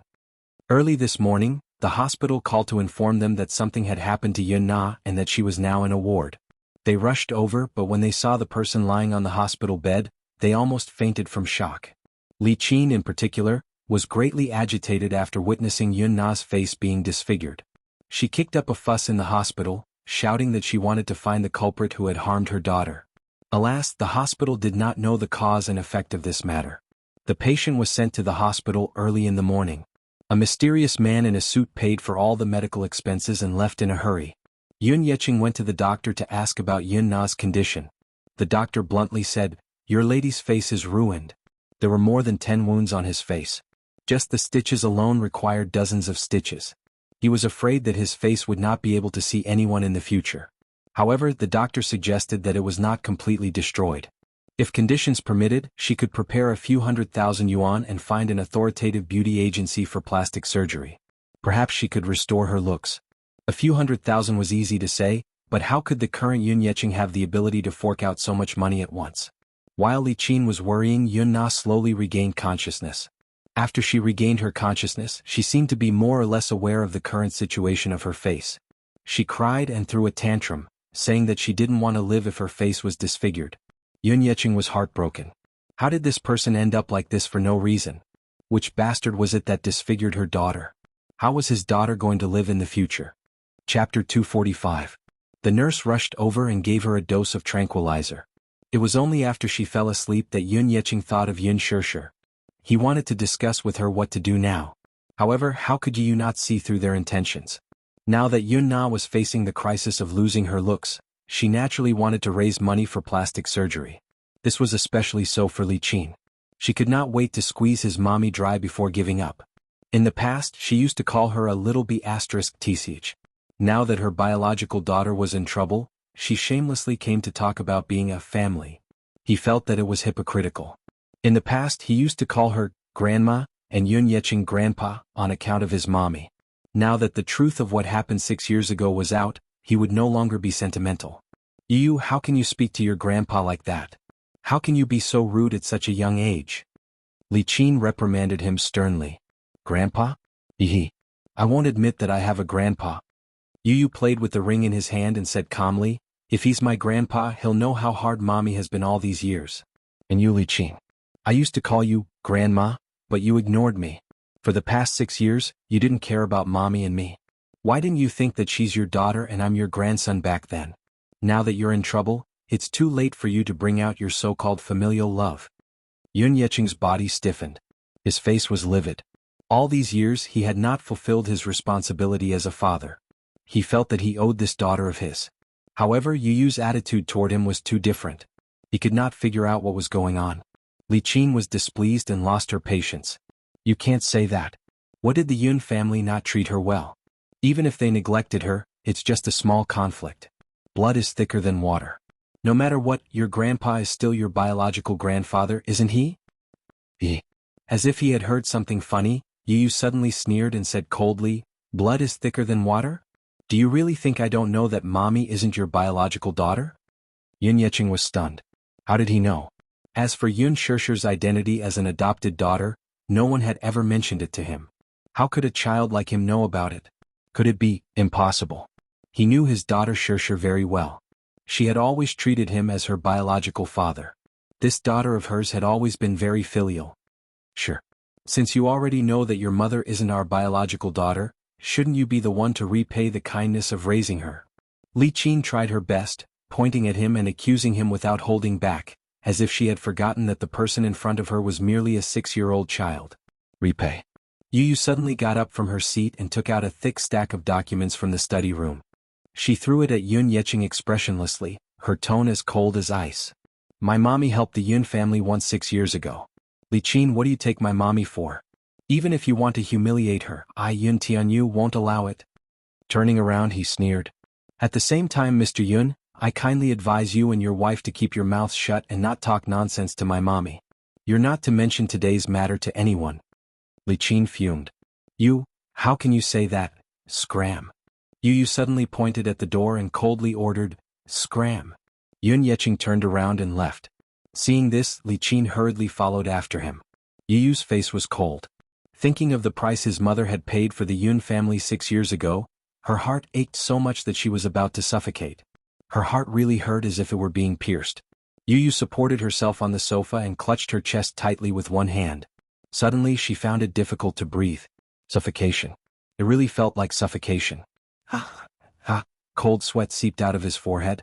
Yu's body stiffly sat down on the sofa, and his breathing became more and more rapid. He clutched his chest, feeling as if something was blocking his heart. It was so stuffy and painful that he could hardly breathe. Yu painfully curled into a ball on the sofa. Her fingers clutched her chest tightly and her eyebrows were contorted. Her whole face was pale and colorless from the pain. Bean-sized beads of cold sweat rolled down her face and dripped onto the sofa. His phone suddenly rang. Yu looked in the direction of the ringtone. Clutching his chest, he forced himself to sit up on the sofa. Slowly, almost step by step, he moved his feet. Just as his feet touched the ground, his body swayed and he fell from the sofa to the floor. Breathe. I can't breathe. He struggled to move to the table, but the ringtone was already cut off. With trembling hands, he picked up the phone and dialed a number. In less than 2 seconds, the call was connected and Li Hanlin's calm voice came through. Director Yun? Director. Please save me, smack. Before he could finish his words, the phone fell to the floor. Yun Tianyu could no longer hold on. His face turned pale as he fell to the floor. The corner of his lips twitched and he lost consciousness. Li Hanlin's anxious voice came through the phone. Yo. Yu? Yun Tianyu? Hang in there, I'm coming. Sitting in the car on the way back to the hospital, Yun Yeqing opened the document with trembling hands. He quietly browsed through it page by page. His face became increasingly solemn and gradually turned ashen. Li Qin, who was sitting at the side, trembled with fear. She wanted to poke her head out a few times, but due to the dim lighting in the car and her poor eyesight, she could not see clearly what it was. Thus she asked, Hubby, what exactly is this? Don't talk to me. Yun Yeqing suddenly interrupted her angrily. With a heavy frown, he leaned his head against the seat. Don't talk to me, Li Qin. Don't talk to me. Chapter 246. As the Aston Martin sped along, the shadows of the lush trees flashed by outside the window. The villa was located in the elegant Shanshui garden. There were towering mountains, small streams and lush green forests. At a glance, it looked like a sea of greenery. The night breeze blew, stirring up the green waves. Under the moonlight, the scenery was enchanting. Alas, at this moment Yun Shishir, who was sitting in the front passenger seat, looked ahead nervously. From the corner of her eye, she cautiously glanced at the tachometer. The needle was pointing at 4,500. She then looked at the speed of 180 kilometers per hour. Her heart was in her throat at once. Fast. The high-performance sports car was like a runaway horse, roaring as it sped along the mountain road, as if it was going to tear apart the silent night. Even though she didn't understand sports cars and didn't know what a 4,500 speed meant, she didn't feel much at first. However, at that speed she could feel how scary it was when it was cornering. At that moment, she felt as if the car would float in the next second if it went any faster. When they left the villa, they had to go through a long mountain road. There was only a railing on the side of the road, and below the railing was a cliff. If they hit the railing, the consequences would be unimaginable. Even though the railing looked sturdy, it would be weak under the impact of the sports car. It was as if it didn't exist and existed in name only. If the car lost control, not to mention the railing, even the surrounding walls would collapse. She could even imagine that if the car lost control, it would crash through the railing and crash into the cliff, just like in American blockbusters. With a loud explosion, the car would really be destroyed and the people inside would die. Muyaja, it's too fast. Yun Shirshir said to the man anxiously as she clutched her thumping heart. She looked at him, but at that moment, the man was supporting his head with one hand and looking ahead indifferently. He seemed to be indifferent. The scenery outside the window flashed by. Under the moonlight, his handsome face didn't have any fluctuations in expression. He only had one hand on the steering wheel, looking calm and at ease as if he was handling everything with ease. Muyaja. Just as she finished speaking, the man glanced at her from the corner of his eye and smiled playfully. Suddenly, he stepped on the accelerator and the engine let out an ambitious roar as it sped up. What she didn't know was that to him, let alone 180 yards, even 200 yards was completely within his control. There was a curve in front of them. On the left was a mountain wall filled with strange rocks, while on the right was a bottomless cliff. On the mountain road, the streamlined sports car made a beautiful and smooth turn. Under the moonlight, the bright silver body of the car outlined a dazzling silver line. Ah! Yun Shirshir was so frightened that she cried out involuntarily. Her face suddenly broke out in a thick layer of cold sweat. She was so scared that there was not a trace of blood on her face. Did this man do it on purpose?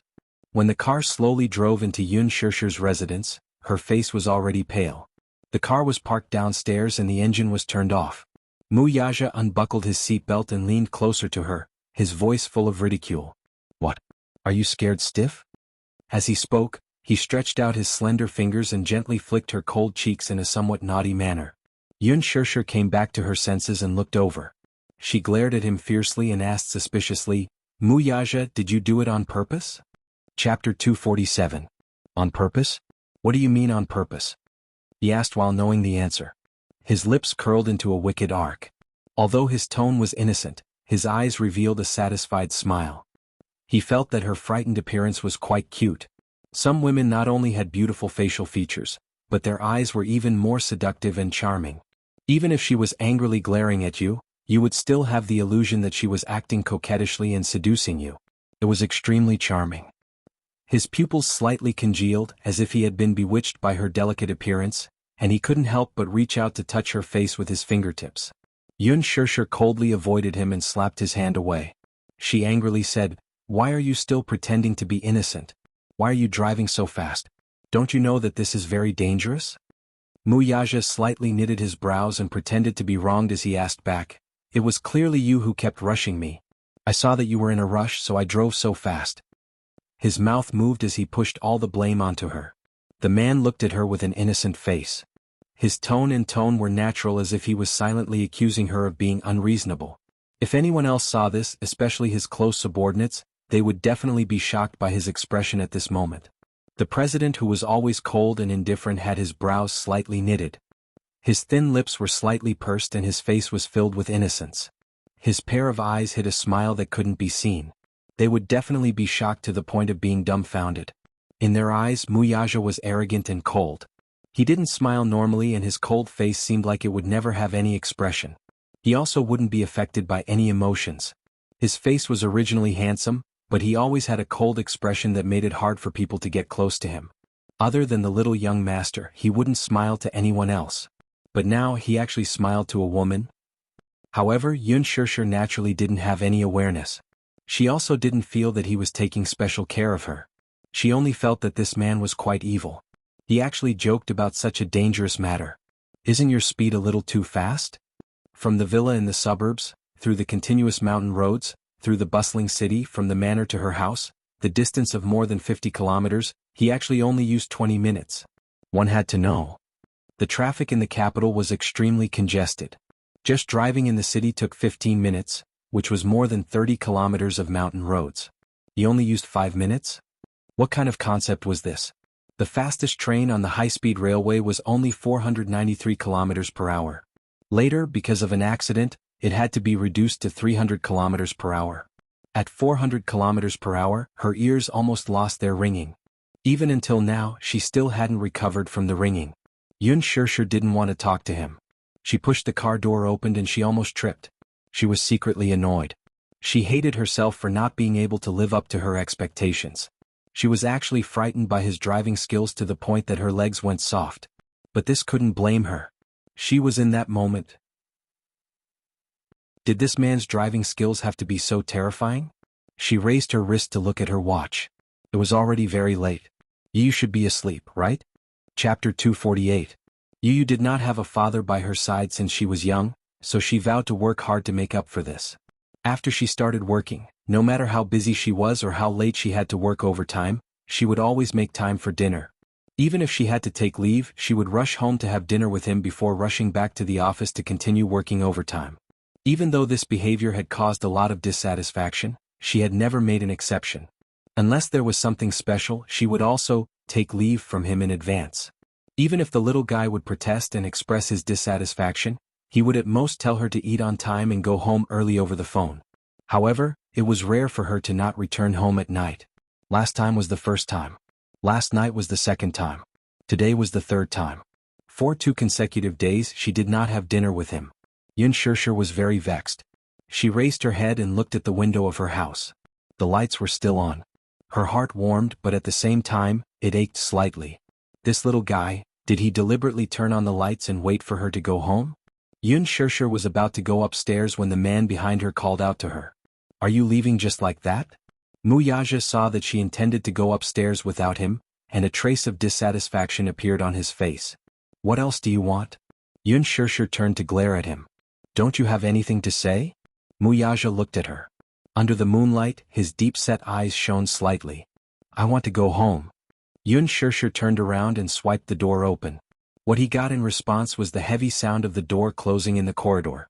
Muyaja sat in the car and could not help but smile.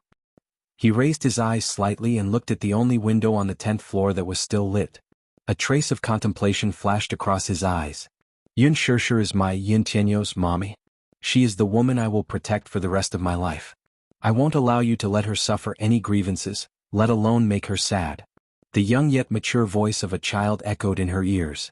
Immature and mature were 2 contradictory words, but they were perfectly reflected in little Munchkin. What was immature was his voice, his appearance, and his still delicate and thin body. He was clearly only 6 years old, but his face was still childish and his voice was full of childishness. What was mature was her arrogant boldness, her steady tone, and her calm words. He was unable to understand why such a mature soul was hidden in such a petite body. He was so mature that it surprised him. He got out of the car, took out a cigarette box and lit it in his mouth. Accompanied by a glimmer of sparks, the unique smell of cigarettes drifted in the evening breeze. Yun Shirshir opened the door and was welcomed by the warm light from the living room. A smile involuntarily appeared on her face as she walked into the living room and said guiltily, "Yu, mommy is back." There was no response for a long time after she said this. If it were in the past, there would be hurried footsteps from the study. Yu would appear at the entrance with a bright smile on his face. He would jump into her arms and rub his tender little face against her like a spoiled little mommy. Now it was so quiet that it was almost strange.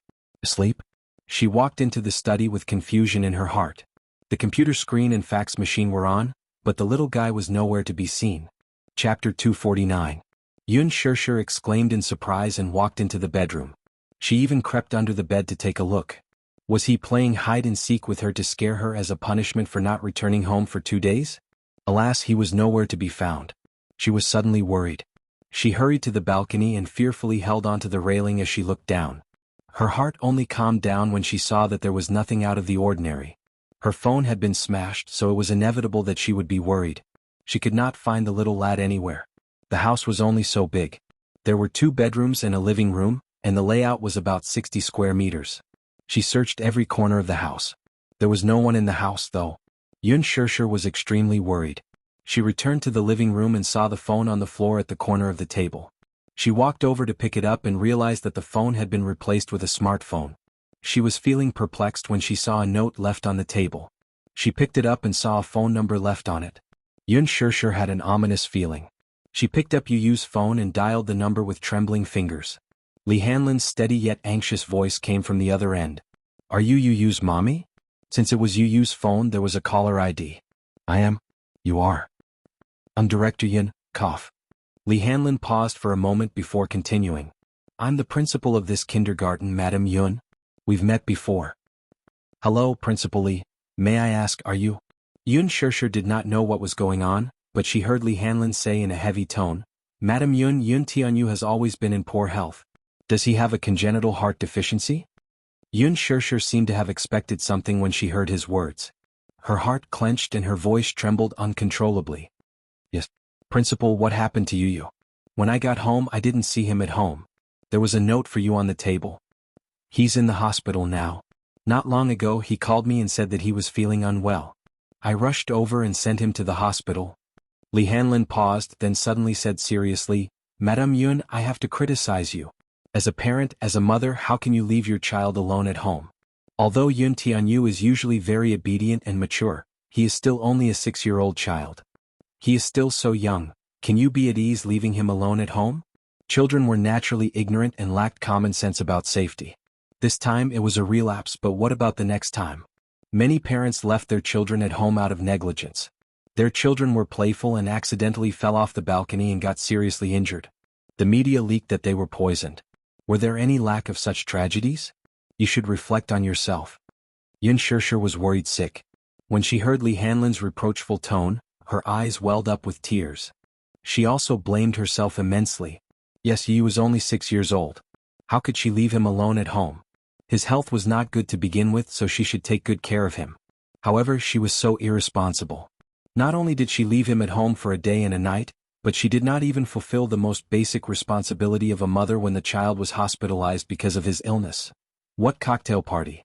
She should not have attended it. What alcohol? She clearly knew her alcohol tolerance, so why did she have to be so stubborn? She should not have drunk. Not to mention a glass, she should not have even taken a sip. Chapter 250. She covered her mouth and asked anxiously with reddened eyes, I'm sorry, Principal. It's all my fault. Where's Yu? Which hospital is he at? I'll be there right away. Okay. I'm at Public Hospital number 1. Hurry over. Yu's condition isn't looking good. He has respiratory problems and hasn't woken up yet. Anyway, be careful on the road. I'll take good care of him. Before he could finish, Yun Shirshir hurriedly picked up her bag, locked the door and rushed downstairs.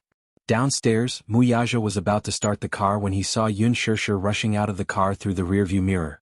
She looked flustered as she ran towards the main entrance. With a strange feeling in his heart, he pressed the horn twice. Honk honk. The car's horn was exceptionally loud and immediately attracted Yun Shirshir's attention.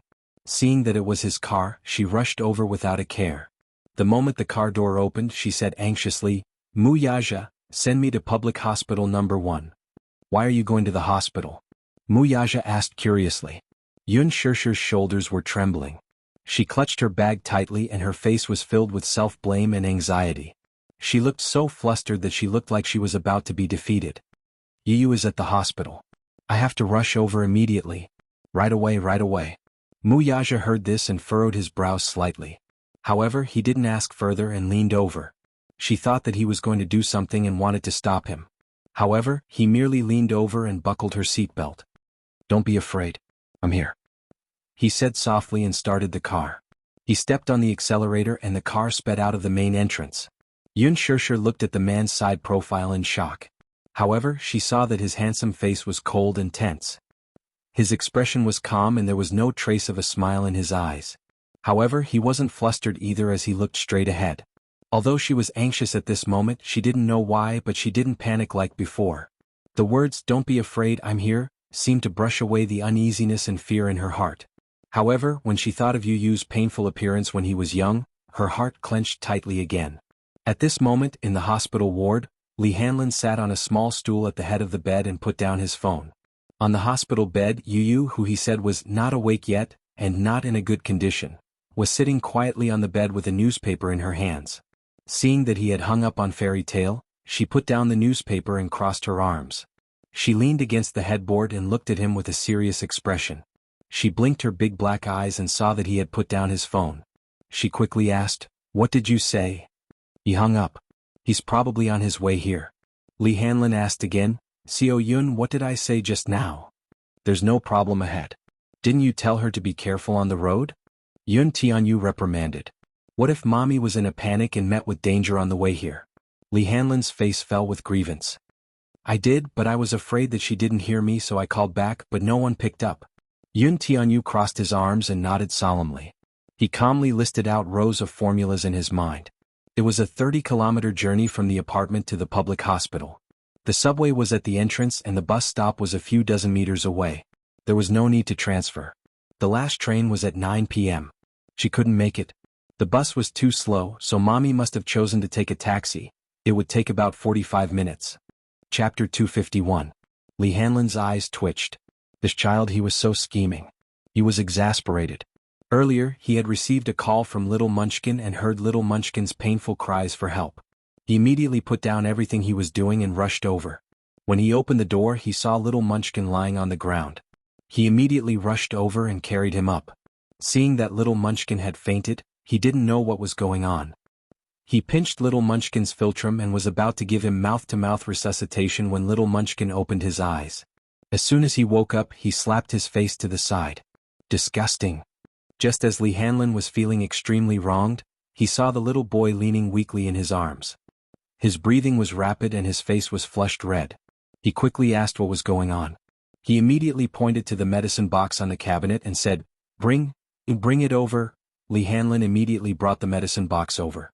The little boy struggled to find the medicine bottle and took a pill. However, his symptoms did not improve. He hurriedly sent him to the public hospital. After emergency treatment, his condition was finally alleviated. However, his following request left him dumbfounded. Later, if my mommy calls you, please make my condition sound more serious. Li Hanlin's eyes widened when he heard this. President Yun, don't you love your mommy the most? Aren't you afraid that she will be worried? Shouldn't she be worried about me? Yu retorted unhappily. He was speechless. Li Hanlin pondered for a long time. It seemed that his words made sense. She left me alone at home for a day and a night. Shouldn't she blame herself and reflect on herself?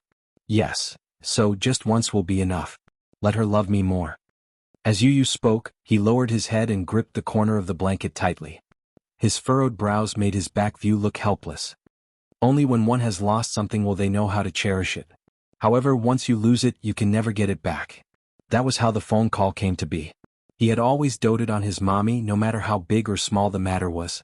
As long as she could take care of herself, he would never ask too much of this stupid mommy. He only asked her to take care of herself so that he would be at ease. However, he realized that sometimes he would rather be a little more vulnerable and rely on her a little more. Only then would mommy's thoughts be more focused on him. Oh, Yu nodded and frowned. I don't think it's serious enough. What's not good? You shouldn't say that. He was silent for a moment, his eyes cold. Suddenly he said, You should say that I almost died. Yun Chenyo's sinister smile sent a chill down Li Hanlin's spine. This child was truly unfathomable. Was he really only 6 years old? However, his words were not an exaggeration. If he had not arrived in time, Yun Chenyo's condition would have worsened, and it would have been very dangerous. Li Hanlin understood that the reason why he had asked him to say this was just a means. A child's world was extremely simple. They did not know how to beat around the bush or how to use tricks. Although Yun Tianyu was considered outstanding among the children, his outstanding EQ and IQ were unattainable by the other children.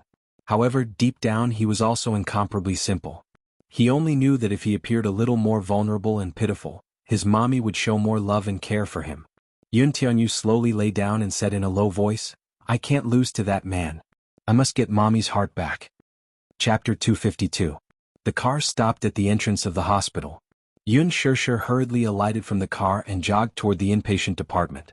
Mu Yaja parked the car and quickly chased after her. When she entered the inpatient department, she quickly took out her phone to call Li Hanlin, only to realize that her phone was out of battery. Yun Shishir bit her lower lip in frustration. She had been careless and did not bring the note with the number with her. She did not even know which floor and ward Yu was in, so she could only bite the bullet and walk toward the nurse's desk. She was halfway there when someone called out to her from behind. Yun Shishir, you're here? Yun Shishir turned around in surprise and saw Li Qin, who was standing behind her, looking at her in surprise. Her face stiffened and she was a little surprised. Why was she here? Yun Shishir asked curiously, "Why are you here?" "The child is in the hospital. I just rushed over. Have you heard about this too?" For some reason, Li Qin's tone toward her was very polite. She was no longer as sarcastic as before. With a smile on her face, her tone was very gentle. Li Qin was not like this in the past. Whenever she saw her, she would look mean and speak with a sharp tone. She could not get used to the stark contrast now. The child was injured? You? Could it be that Principal Li contacted her father and the rest to inform them to pay the hospital fees? That should be it. When Yun Qinyo's illness flared up, the principal did not contact her when he sent the child to the hospital. He should have contacted Yun Yeqing immediately. She remembered that, just in case, she had filled in Yun Yeqing's emergency contact number in the school's contact book. Principal Li was not related to her family in any way. When the child was injured, he rushed to the hospital immediately. They were already very grateful. How could they expect him to pay the hospital fees for free? Principal Li must have contacted Yun Yeqing. When he learned that something had happened to Yu, he rushed over and paid the hospital fees for the child. However, Li Qin's attitude made her feel strange. In the past she had always been annoyed with Yun Tianyu. Why now? Did you also just rush over? Yun Shishir asked. Yes, your dad is here too, but he just went to pay the bill. She didn't have much money on her, but she needed money to treat her child's illness. She could only save whatever money she had on her. If it's not enough, we'll think of another way. As Li Qin spoke, her face was filled with sorrow. She and Yun Yeqing had taken out all the savings they had in the bank, but even then they only had 10,000 yuan in their bank account. Although someone had already paid for Yun Na's medical bills, the doctor said that the money was not enough for further treatment. He wanted them to pay another 20,000 yuan. But where did he get so much money? When Yun Yeqing found out that she had forced Yun Shishir to be a surrogate, he flew into a rage and threatened to divorce her. Divorce? How could this be? What would she do if they got divorced? Where's Yun Na? At this critical juncture, Li Qin was terrified. Divorce? How could this be? In her heart, she knew that her husband was down and out. He was a pauper with no money and could not give her a luxurious life. However, if he were to divorce her now, what should she do? She was used to living the life of a rich lady. She did not have to worry about food and clothing and did not have to do household chores. Even when the Yun family was in dire straits, she rarely did any housework. Most of it was done by Yun Shishir and Yun Yeqing. Chapter 253. Even if they were to get a divorce, it could not be now. Now that Yun Na was in such a predicament, she was still counting on Yun Yeqing to find a way to raise money for her to undergo plastic surgery. It would not be too late to kick him out then, but it could not be now. Besides, she was still counting on Yun Shishir to bear some of the medical bills for them. Hence, when she saw her, her face was full of flattery. Li Qin also thought that Yun Shishir had rushed over to visit after hearing about this matter from Yun Tianyu. She only hoped that the latter would be magnanimous and pay for Yun Na's plastic surgery fees. Yun Shishir, on the other hand, clearly misunderstood. She thought that Li Qin had rushed over to visit Yu out of goodwill and paid for his hospitalization fees. She could not help but sigh inwardly. Sigh. This child is so pitiful. Her voice is hoarse from crying. My heart aches to see her like this. The doctor asked for 20,000 yuan, but your father and I only managed to scrape together less than 10,000 yuan after half a day of hard work. This is a time of worry. Don't worry, I brought the money. Which ward is he in? Yun Shishir asked anxiously when she thought of Yu. You brought the money? That's great. Li Qin immediately pulled her hand and led her into the elevator. When the elevator reached the 8th floor, Li Qin hurriedly led her to ward 5020. Yun Shishir was also anxious, but when she walked into the ward and saw the person lying on the bed with a bandage on her face, her expression froze. It was just that, at this moment, the person was half awake and half asleep. Lying on the bed, there was no reaction. What's going on? She asked immediately. She thought that Li Qin had rushed over because she knew that Yu was sick. Sigh. I don't know what's going on either. It would have been better if she did not mention it, but the moment she asked, Li Qin immediately burst into tears. I received a call early this morning saying that something happened to Nana. Your father and I rushed to the hospital and saw her like this. Your father's heart ached so much that he cried behind my back. Yun Shishir's expression became more and more unsightly. She looked at Yun Na on the hospital bed with a complicated expression. Li Qin was still crying at the side and said, the doctor said that this child's face was cut several times and had to be stitched up with dozens of stitches. It seemed like it was cut by a blade. Some of the wounds were shallow while others were very deep. There were several slashes. Wasn't this a deliberate attempt to harm others?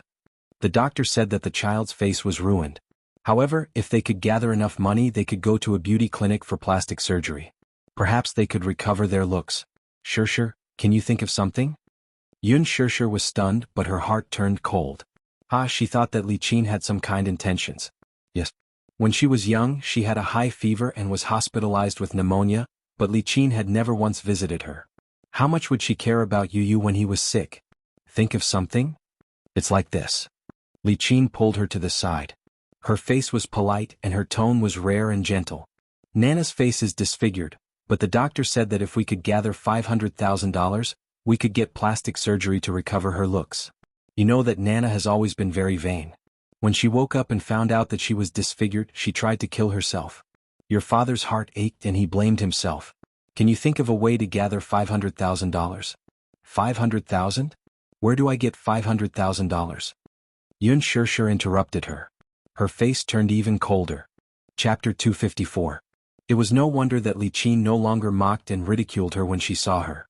It turned out that she was hoping that she would raise money for her daughter's plastic surgery. Even though she didn't know what had happened to Yun Na that caused her face to be slashed dozens of times for no reason. Didn't she go straight home after leaving the cocktail party yesterday? But so what? Whether or not she was disfigured, whether or not she could be saved, to put it bluntly, even if she died, it had nothing to do with her. Li Qin usually called her a little b*tch. But once she realized that she still had some value, she would stick to her. Was she trying to squeeze every last bit of value out of her? She wouldn't be foolish again. Sure. Li Qin saw that her attitude was cold and her face turned stiff. She was about to flare up, but when she remembered that all her hopes were pinned on her, she could only swallow her anger and say calmly, "You can't be so heartless. Could it be that you're so heartless as to watch your own sister commit suicide?" "What do you mean by that?" Yun Sure smiled mockingly. "I didn't cause her to be like this. Are you trying to push the blame to me? That's not what I meant. How can you criticize me like that?" Li Qin was also anxious. "Moreover, I didn't ask for too much. The doctor said it's 500,000. It's only 500,000. To you it should be a small amount, right? 500,000? You just said a few words and I have to give you so much money?" Yun Sure suppressed the anger in her heart. "I don't have it. You have it." Li Qin raised her voice. "Why don't you have it? A few days ago I saw you carrying an Armani handbag. That brand easily costs hundreds of thousands, and the more expensive ones are in the millions. You're telling me that you don't have money? Are you really so heartless as to leave her in the lurch?" "I was." Yun Sure frowned. When she heard Li Qin mention the gown, she felt gloomy. She wanted to explain, but on second thought, there was no point in saying so much to her. Hence, she rejected her with one sentence. "I don't have money." "You're so heartless. In any case, you should at least consider your father's kindness in raising you. Now that your sister is in such a miserable state, can't you do some good and think of a way to save her?" Li Qin said bitterly. Suddenly she said, "To be able to afford such expensive clothes, you must have a big boss supporting you outside." As soon as he finished speaking, Yun Shure's face immediately turned pale. She actually said such unpleasant words with such a relaxed expression. There was more than one bed in this ward. The family members of the other patients were also present. They all looked at her curiously. Li Qin's words were straightforward, but her meaning was shallow. She was simply saying that since she could afford to wear Armani, she must have a sugar daddy outside. But with so many people present, she didn't care at all. For a moment, everyone in the ward, including the patients and their family members, stared at her with colored glasses. From time to time they would point at her, shake their heads and sigh. When they saw Yun Sure walk into the ward, they were amazed. This girl was really fresh and beautiful. But they didn't expect that such a beautiful girl was actually a kept mistress. As a result, those gazes that were either filled with amazement or admiration turned into contempt and disdain. Chapter 255. Although she never cared about how others looked at her. What she hated was why Li Qin was always so harsh with her words. "I didn't." Li Qin scolded. "You didn't? Don't try to hide it from me. The neighbors told me that you left in a Bentley that day. Don't tell me that you bought the car yourself." Yun Sure was shocked. On the day of the cocktail party, Gu Xingzi did drive a Bentley when he came to pick her up. The Bentley drove into the neighborhood. At that time, all the neighbors saw her get in the car, but they didn't know that she got in the car to attend a cocktail party.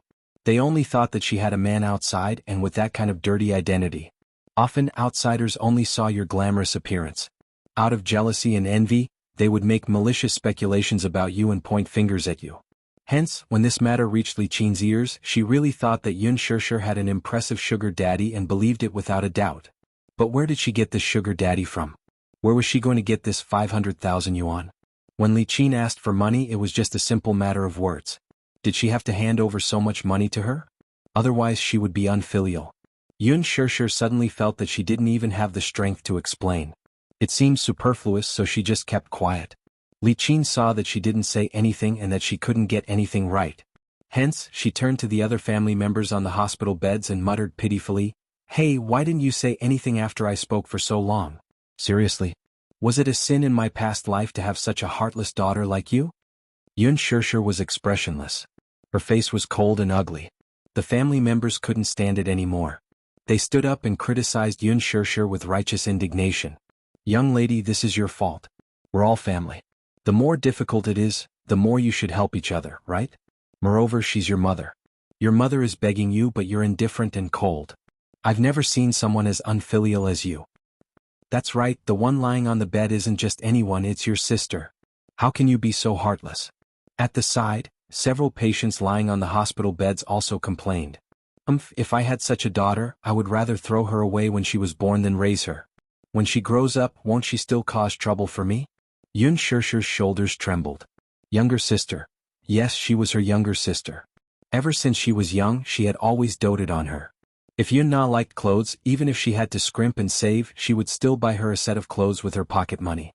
At that time, the iPhone was all the rage. It cost a few thousand yuan. She gritted her teeth and used the money she earned from her part-time job to buy it for her. Did she not treat her sister well? But what did this younger sister do to her?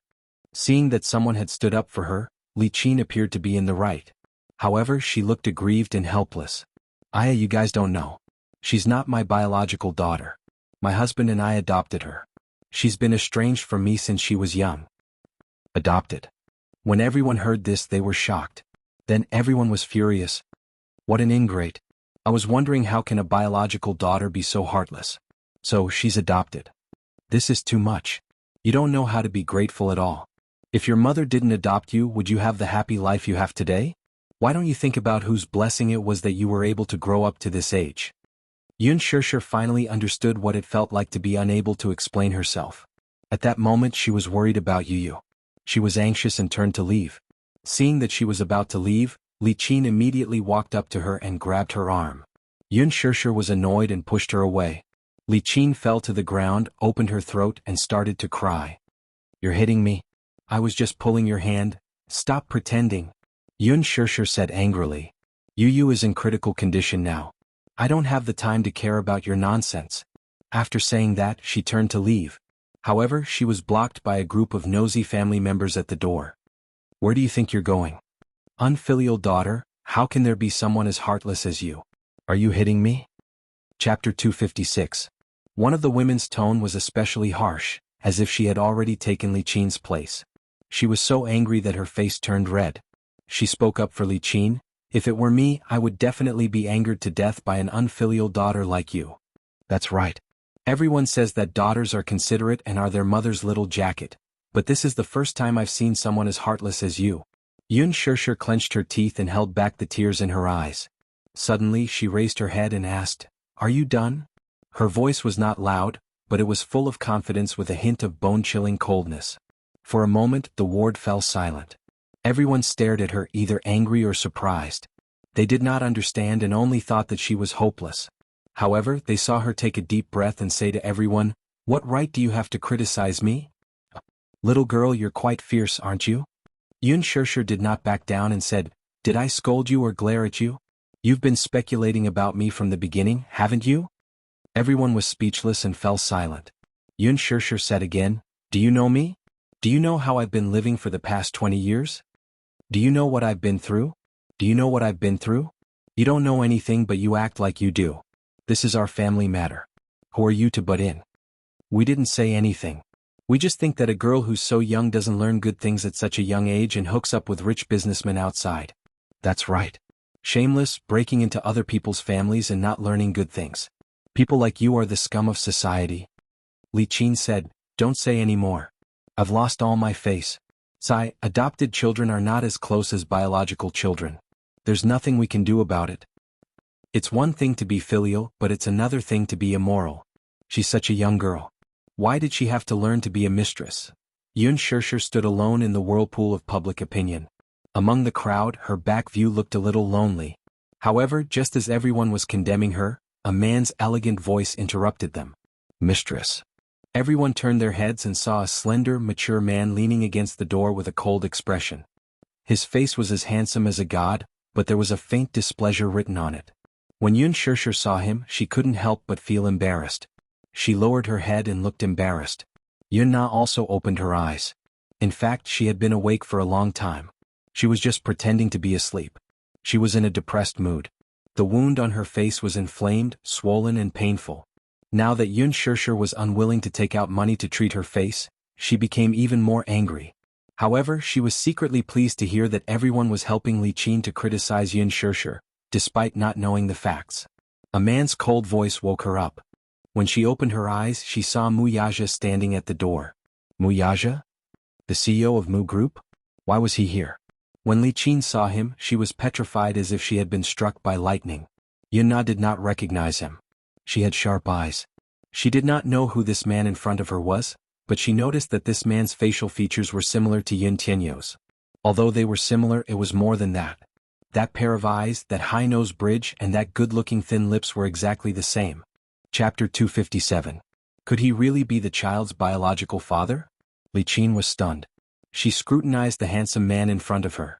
Armani's handmade shirt, tailored slim-fit trousers, expensive leather shoes, and an expensive watch on his wrist. Unlike those nouveau riche, this man exuded the aura of a true aristocrat. With one look, one could tell that he was from a prestigious family and was either rich or respectable. Li Qin was so shocked that her eyeballs were about to pop out. She knew that Yun Tianyou's biological father was a rich man. Such a generous remuneration was not something an ordinary rich man could afford. However, she did not expect this employer to be so handsome. Moreover, he looked very young, about 25 or 26 years old. Could it be that he was not married yet? If that was the case, then she regretted it a little. If she had known earlier, then back then, would she not have let Yun Shishir off so easily? Li Qin clenched her fists as a flame of jealousy rose in her heart. Back then, Yun Yeqing had a pretentious relationship with the deputy director of a private hospital under Dishing Financial Group due to business reasons. Li Qin used this opportunity to learn from the deputy director that the Mu family was secretly looking for a surrogate mother. Although the conditions were harsh, the remuneration was very generous. Hence, she had an idea about Yun Shishir. At that time, Yun Shishir was only 18 years old. She was as beautiful as a lotus in clear water and was very outstanding. Hence, under repeated pressure, she brought Yun Shishir to sign the contract. She even gloated over her employer's misfortune, thinking that he would be an ugly and obese middle-aged man. She was overjoyed at the thought of the B***starred she hated the most being trampled on by a fierce-looking man. However, now that she saw it, it was undoubtedly a ruthless slap to her face. If only she had known earlier, she would have let Yun Na do it. Perhaps, if that child had worked harder, she would have become a phoenix and become the Mu family's young mistress. When that time came, she would not have to suffer and worry like this. Not only Li Qin but everyone in the ward was stunned. They had never seen such a handsome man. His face, which seemed to have been cast by a knife, was cold. It was as if his entire body was emitting a golden light. His every movement could not hide his noble aura. Mu Yaja slowly walked in and walked behind the woman standing in front of the bed. He reached out and stroked Yun Shishir's hair. Why didn't you wait for me? He lowered his head, and there was a trace of tenderness in his eyes, as if the winter snow would melt. As a result, Yun Shishir's originally cold heart warmed up a little. The man's gentleness made her a little uncomfortable. I stopped the car just now, so I'm late. Yun Shishir said faintly, it's fine. Did you suffer when I was not around? After a pause, Mu Yaja raised his head and his expression darkened. When I was at the door just now, I think I heard someone call you a mistress. He looked up and scanned the ward with his cold gaze. His gaze landed on the family members of the patients. His gaze was as sharp as a knife, and his voice was as cold as an icicle. Who said that? These 3 words were spoken slowly and carelessly, but between the lines, one could see that they were filled with displeasure. There was a biting cold air around him. It was as if anyone standing beside him would be stabbed by the sharpness of his aura. Chapter 258. Everyone looked at the man in disbelief, then looked at Li Qin. At this moment they were a little confused. Didn't she say that her daughter had a sugar daddy? Could it be this man? Li Qin was even more shocked. The man's question silenced everyone. Who would dare to admit it? In front of Mu Yaja's powerful aura, everyone lost their earlier righteous indignation and lowered their heads awkwardly to do their own things. How are you related to Shirshir? Li Qin finally mustered up her courage to speak. Yun Shirshir frowned in disgust. Our family? Why did Li Qin's attitude change so abruptly? Who is she? Mu Yaja glanced at Li Qin and lowered his head to ask. Yun Shirshir obviously did not want to bother with Li Qin's unreasonable tantrum. When the man asked, she only replied, adoptive mother. Adoptive mother? The woman who forced her to sign the surrogacy agreement 6 years ago? Mu Yaja looked at her coldly. This woman's heart was truly vicious. If it were not for this agreement, what kind of crooked ideas would she have for Yun Shirshir? Damn it. Li Qin was frightened by his cold gaze and took a step back. She was trembling. Why was this man's gaze so scary? It was like a knife, as if he wanted to carve a piece of flesh from her face. What's the matter? Yun Shirshir glanced at Yun Na, who was lying on the hospital bed in a daze, and calmly explained, my sister met with an accident and now she needs a large sum of money for plastic surgery. Otherwise her face will be ruined. She's asking me for money. I don't have it and I can't pay for it. Mu Yaja asked, how much does it cost? Before Yun Shirshir could speak, Li Qin immediately said, 1 million. 1 million. Yun Shirshir's eyes were tinged with embarrassment. Didn't she just tell her that it was 500,000? Why was it 1 million now? 1 million? Didn't you say 500,000? Why is it 1 million now? Yun Shirshir said angrily. Li Qin said awkwardly, Aya, you heard wrong. However, before Yun Shirshir could refute, another patient's family member who was originally on Li Qin's side stood up and said, she didn't hear wrong. I also heard you say that it was 500,000 yuan. Now you've changed it to 1 million yuan. Big sis, it's better not to be too greedy. Li Qin said angrily, I don't know which bastard caused my Nana to become like this. Her face is ruined. The doctor said that she needs 1 million yuan to restore her face. As Yun Na's elder sister, Shirshir naturally had the responsibility to bear some responsibility. We're all family. Now that we're in trouble. Obligation? Yun Shirshir clenched her fists. What obligation do I have? Was she a bloodsucker? Was he going to suck her blood to the very last drop? How could he be so greedy? 1 million, I have it. Mu Yaja said calmly behind her. His casual words caused everyone in the ward to widen their eyes in shock. 1 million, he could easily open his mouth. Who was this man? Could it be that he was a billionaire? Li Qin's eyes lit up. She almost blurted out, that's great. My Nana's face can be saved. Who exactly was this man? How could he be so rich? That's right. The remuneration on the contract alone was a few million yuan. After she gave birth to the child, the employer paid another considerable sum. Chapter 259. Li Qin smiled and asked, Shirshir, how should I address this gentleman? Why aren't you asking him to sit down? Mu Yaja watched her every move expressionlessly and did not make a move. He said that he had the money, but he did not say that he would fork out the money. Li Qin felt a little awkward and could only look at Yun Shirshir. Shirshir, how should I address this gentleman? Mu. Chairman Mu. On the hospital bed, Yun Na spoke timidly, looking nervous. Li Qin's eyes widened. Nana, you know him? Yes. Mom, he's the CEO of Dishing Financial Group, Chairman Mu.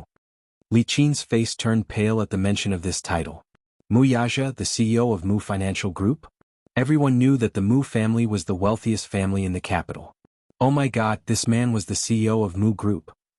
Ah, Shirshir, why didn't you tell me about such a big matter? When did you and young Master Mu? Anyone could tell that Li Qin was gnashing her teeth in hatred when she said this, but she still had to maintain a smile. Then Shirshir, you should pay more attention to your sister's matter. 1 million? That's a lot. I don't have that much. Yun Shirshir rejected without hesitation. Suddenly she added coldly, please get this straight. Even if I had the money, I wouldn't fork it out. Li Qin's face stiffened. She almost lost her temper when she heard her refusal. However, Mu Yaja was present. She could only suppress her anger and turn to him for help. Mr. Mu Yaja, you see, Nana is Shirshir's sister. We're in a pinch now. What do you think about this 1 million? Mu Yaja did not even look at her. He lowered his head and asked Yun Shirshir, "What do you think?" He was obviously asking for her opinion. There was no doubt about the doting look on his face. It was obvious that as long as Yun Shirshir agreed, this 1 million was just a string of numbers to him. Li Qin looked at Yun Shirshir expectantly, only to hear her say indifferently, "You think of a way yourself. I can't help you."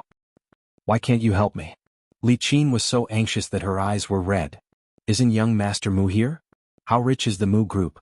1 million is nothing to young Master Mu, isn't it?" Even Mu Yaja couldn't help but frown at his undisguised ambition. The other people in the ward sighed as if they had seen through Li Qin's character. Greed, insatiable greed. Could it be that they had misunderstood the girl? For a moment, everyone felt extremely guilty. Yun Shirshir flew into a rage out of humiliation at her words. What was this? Was she forcing her to beg with her? Li Qin cried out in agitation, "Shirshir, are you really going to leave him to die? Do you want your father to kneel down and beg you?" Yun Shirshir was infuriated. Li Qin was using Yun Yeqing to threaten her. "I'm leaving him to die?" Yun Shirshir suddenly raised her chin and stared coldly into her eyes. She retorted word by word, "She's your child, not mine. You're the one who taught her, not me. Why do I always have to clean up her mess? Yes, I was adopted by you, but am I your slave? Am I supposed to risk my life for you? How long are you going to use me? Isn't it enough? Haven't I been harmed by you enough?" Li Qin was stunned. Everyone held their breaths. Chapter 260. Yun Shirshir held her aching forehead and said solemnly, "If I had such a daughter, I'd feel ashamed. You play the role of a loving mother in front of everyone, but have you ever truly cared about me? Even if I'm your biological daughter, you don't seem to care much about me. Do you know that she's gambling outside? Do you know that she's taking drugs outside? Yes, I'm her elder sister. That's why I'm always the one cleaning up after her mess. Have you ever cared? Have you ever asked? Her enemies came to my door to collect debts and I lost my job. I even had to pay off her debts with my hard-earned savings. What else do you want? Mom, are you a vampire? Will you only stop when you suck my blood dry?" Li Qin's face flushed red at her words. Mu Yaja was slightly startled. He could not help but recall the day when he bumped into her. She seemed to be carrying a box and looked as if she had been kicked out of the company. So that's the reason? I advise you, instead of going around begging for help when something happens, it's better for you to educate your daughter properly before this happens. Today she's disfigured, but what about tomorrow? Trouble comes from the mouth. Why do I have to bear the consequences for her every time something happens? Why should I? After a pause, she continued, I don't have time to waste with you. Yu is still waiting for me. If you stop me again, I won't go easy on you. With that, Yun Shirshir turned around and was about to leave when she bumped into Yun Yeqing, who was standing at the same spot with the bill in his hand. Dad. Yun Shirshir was stunned. She did not know how long he had been standing outside the door and how much of her words he had heard. Shirshir, is this true? He asked in a daze. She's taking drugs and gambling outside? Did you pay off her debts on her behalf? Yun Na trembled in fear at the sight of Yun Yeqing. *Eminent Yun Shirshir. Why did she reveal all these? Isn't she trying to get me killed? Dad, don't ask any more. I don't want to talk about it. I've done a lot for this family, but they don't welcome me. If you don't welcome me, I'll just leave. Yun Shirshir lowered her head and brushed past him. I'm sorry. Yu is sick. I'm not in the mood to talk about this. Is Yu sick? Yun Yeqing was shocked. Just as he was about to chase after Mu Yaja to clarify the matter, he saw the latter turn around and glare at him coldly. His sharp gaze caused him to stop in his tracks, not daring to step forward. Mr. Yun, I suggest that you clean up your household affairs first. If you don't deal with it, I don't mind intervening. The meaning behind his words was that if he were to make a move, then he would surely not let Li Qin and Yun Na have an easy time. After saying that, Mu Yaja followed behind Yun Shirshir and disappeared around the corner of the corridor. Yun Yeqing walked into the ward in a daze. The moment he raised his head and saw Li Qin's uneasy face, his face darkened. Hubby, Pa. What she got in return was a slap that turned into anger out of humiliation. Li Qin covered her face, dumbfounded. She did not expect him to slap her. In her momentary daze, he gave her another slap. This time he used more force, causing her to fall backward and hit the cabinet. Blood flowed from her head. Yun Yeqing did not care that there were other people in the ward. His anger made him lose his rationality. You disgrace. Don't you think things are messy enough? Are you a beggar? Are you asking for money from others? Why did I marry a wife like you? You're a disgrace to the Yun family. Yun Na was so frightened that she hid in the corner. Chapter 261. Yun Yecheng sat on the stool in a huff. He slammed the bedside table and glared at Yun Na. Let her go. Isn't she shameless? What's the use of caring about her looks when she's already so embarrassed? Not only is she disfigured, she doesn't even want her face and dignity anymore. She can't live like this anymore. He paused for a moment before saying in a pained voice, Li Qin, let's get a divorce. Take our daughter and leave. I can't afford to have a wife like you, nor can I afford to raise a daughter like you. There was an eerie silence in the ward. Everyone was stunned. Yun Na was so frightened that she covered her mouth with tears streaming down her face. Li Qin's face cracked when she heard the word, divorce. Yu was lying on the bed reading a newspaper. His hearing had always been sharp. He seemed to have heard hurried footsteps coming from the corridor. He immediately threw the newspaper aside, lay back on the bed and signaled to Li Hanlin with his eyes. Li Hanlin immediately got the hint. The little lad closed his eyes and pretended to be dead. He got up and walked to the door to open it, only to see Yun Shishir and Mu Yaja walking toward him. Vio. Mu. Li Hanlin's lips twitched. This wasn't how the script was supposed to go. Why was Mu Yaja here? When Yun Shishir saw him, she quickened her pace and walked to the door of the ward. She looked inside anxiously. The ward was a normal one, but under Li Hanlin's arrangement, there were no other patients. In the spacious ward, Yu lay quietly on the bed next to the wall. His little face was as pale as a sheet of white paper. His lips in particular were cracked and dry. His mother's heart ached so much that she felt like tearing it apart when she saw it. Yun Shishir asked worriedly, Principal, how are you? How is Yu? Li Hanlin pursed his lips and pretended to be worried and reproachful. Why are you only here now? I've never seen such an irresponsible mother like you. Yu's condition doesn't look too good. The doctor said that this isn't the first time he's had an attack like this. Yes, it's not the first time I've had a relapse, but it's the first time I've had a relapse in 2 years. Yun Shishir's heart clenched into a ball and she couldn't help but tear up. Yu was her Achilles heel. When she thought about how Yu had to go through so much pain at such a young age, she wished she could take her child's place and bear this pain. Li Hanlin nodded, pretending to be serious. Yes. If she didn't take good care of her body, the chances of her relapse would only increase. At that time, her condition would worsen and she would have to undergo surgery. But the child is so young. I'm afraid that his body won't be able to take such a big operation. Thank you. Has he not woken up yet? Li Hanlin shook his head regretfully. Although his condition has stabilized, the little guy has not woken up yet. However, you don't have to worry. The doctor said that the condition is under control. It's not a big problem for now. Thank you. Yun Shishir thanked him and immediately walked towards the bed. Mu Yaja was about to enter the ward, but Li Hanlin stopped him at the right time. The latter looked at him with a displeased expression. His cold gaze seemed to be asking why Li Hanlin stopped him. Li Hanlin was shocked by his sharp gaze, but he immediately said, You can't go in. Mu Yaja frowned slightly. He raised his hand and swatted Li Hanlin's arm away. Then he slowly walked into the ward. Li Hanlin, who was standing at the door, was obviously shocked. Chapter 262. Yun Shishir sat on the edge of the bed anxiously. She looked at little Munchkin's pale face and gritted her teeth. Her heart felt like it was being stabbed by a knife. She reached out and caressed Yu's face, but all she felt was coldness. Yun Shishir frowned, her heart throbbing in pain. It was so cold as if there was no warmth at all. Tears flowed out of her eyes uncontrollably. Her heart ached so much that she couldn't control herself. Yu? She called out his nickname softly, but her voice was as soft as a mosquito for fear of waking him up. Mu Yaja stood behind Yun Shishir and looked at little Munchkin on the bed.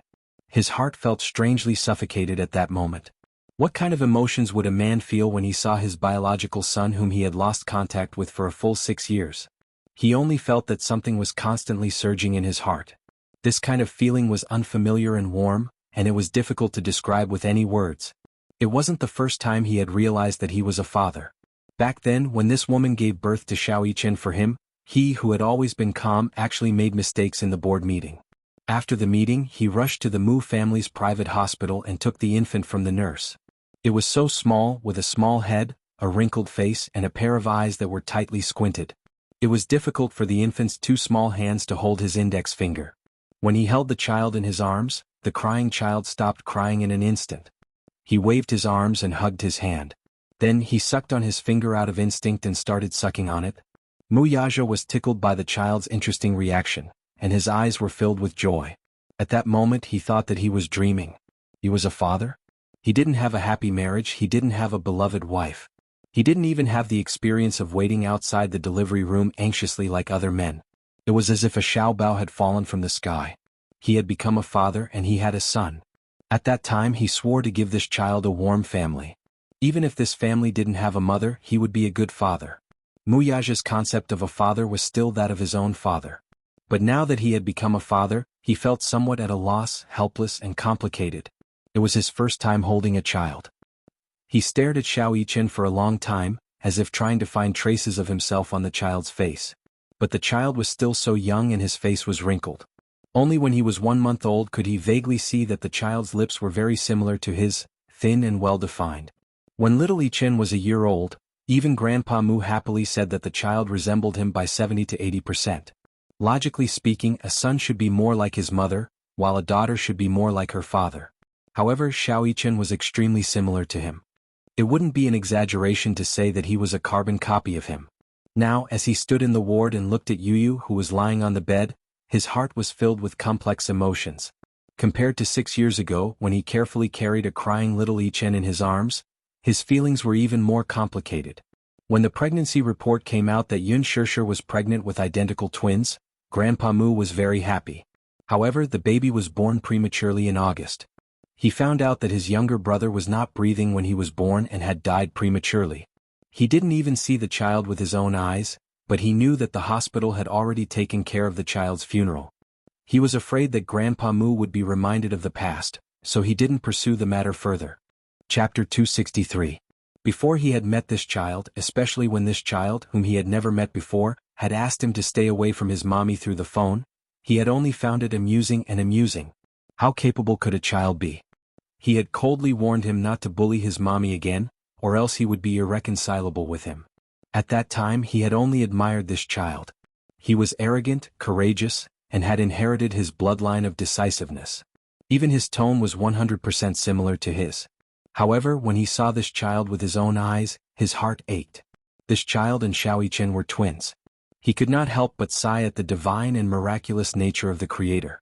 Unlike other twins, this child's facial features and face were exactly the same. If the two of them wore the same clothes and stood next to each other without any expression, he would not even be able to tell who was who. However, upon closer inspection, there were some subtle differences.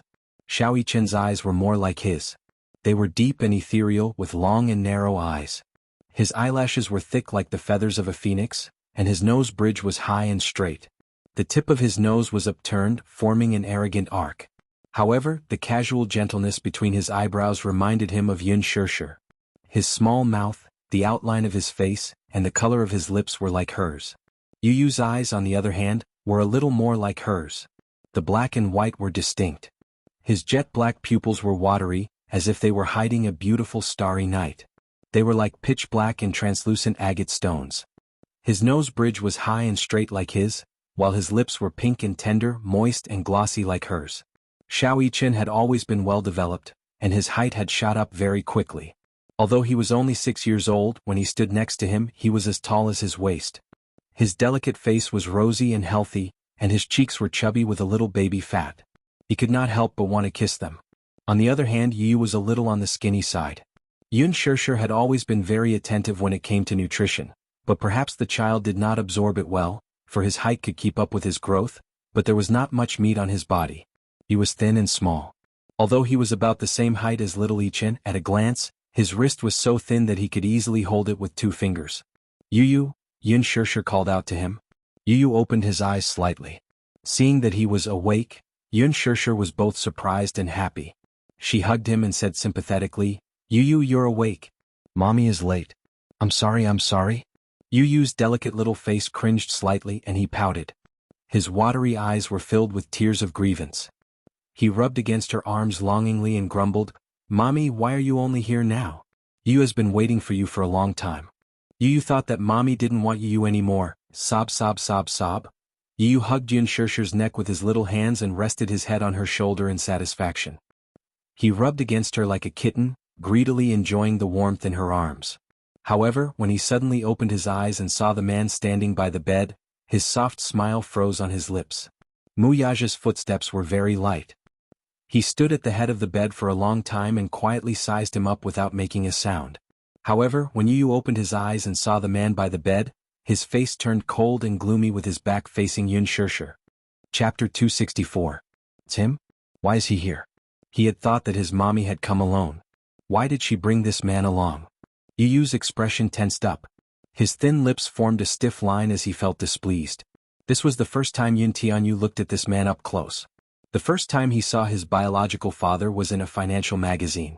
Initially he thought that the photo had been edited. Otherwise, how could there be such a perfect man in this world? He was handsome, mature, and had an extraordinary temperament. Especially that cold and resolute face. Even though it was a cold photo, people couldn't help but be intimidated by it. The last time he saw him was at a gala. He clearly saw this man's handsome features and tall figure. It turned out that this perfect man existed in reality too. At this moment, the father and son were facing each other. He looked at the little lad, and the latter sized him up with an appraising gaze. His eyes gradually filled with disbelief. He was an outstanding man. He was also a domineering man. He should be like him, a very possessive man. An extremely powerful aura emanated from his body. Wherever he went, the aura emanating from his body would spread to every corner. This was his biological father. When he was young, he did not have a father. When he saw other children with fathers, he was envious and confused. Why was it that when other children were a family of 3, their left hand holding mommies and right hand holding daddies, his right hand was empty? He often saw other children sitting on their father's shoulders. Every time he saw this scene, he was envious. His father was such a tall figure. It was as if, with him by his side, he had nothing to fear in this world. If there was a man of indomitable spirit in the family, he and mommy would not be looked down upon by others, much less be bullied, right? However, as he grew older, he began to resent his father's image. Why did daddy not want him and mommy anymore? He had asked his mommy a few times, but she had always evaded the question and had never given him a proper answer. Gradually he became indifferent to the concept of a father. If there was no man, he would become a man. He would protect his mommy at all costs and by hook or by crook. Perhaps, in Li Hanlin's eyes, Yun Tianyu's maturity was not something an ordinary child could compare to. What he did not know was that Yu was only arming himself with his weak side and carefully hiding it. In front of Yun Shirshir, he was a sensible, well-behaved, and extremely obedient boy. In front of Li Hanlin, he was black-bellied, steady, and extraordinarily charismatic. He did not need a father. He did not want to share his mommy's love with anyone else. At this thought, Yu's little hands hugged his mommy's shoulders. This man was really taking over his mommy's life step by step. He couldn't just sit back and watch. Mommy, why haven't you come home for 2 days? There's only Yu at home. Yu is so scared. Yun Tianyu rested his small face on his mother's shoulder. His small lips opened and closed as he cried out in a trembling voice. His childish voice was hoarse and choked with sobs, making anyone who heard it feel heartache. Chapter 265. Yun Shirshir was hugging Yun Tianyu so she could not see the expression on his face. However, when she heard the little lad's tearful complaints, her heart broke. Sorry. Yu, mommy is wrong. Mommy won't leave Yu alone at home anymore. It's mommy's fault this time. You can punish mommy however you want. Muyaja stood by the bed with furrowed brows. This little lad was young, but he was quite scheming. He even knew how to make use of his mommy's guilt toward him. Although he spoke coquettishly, he glared at him coldly.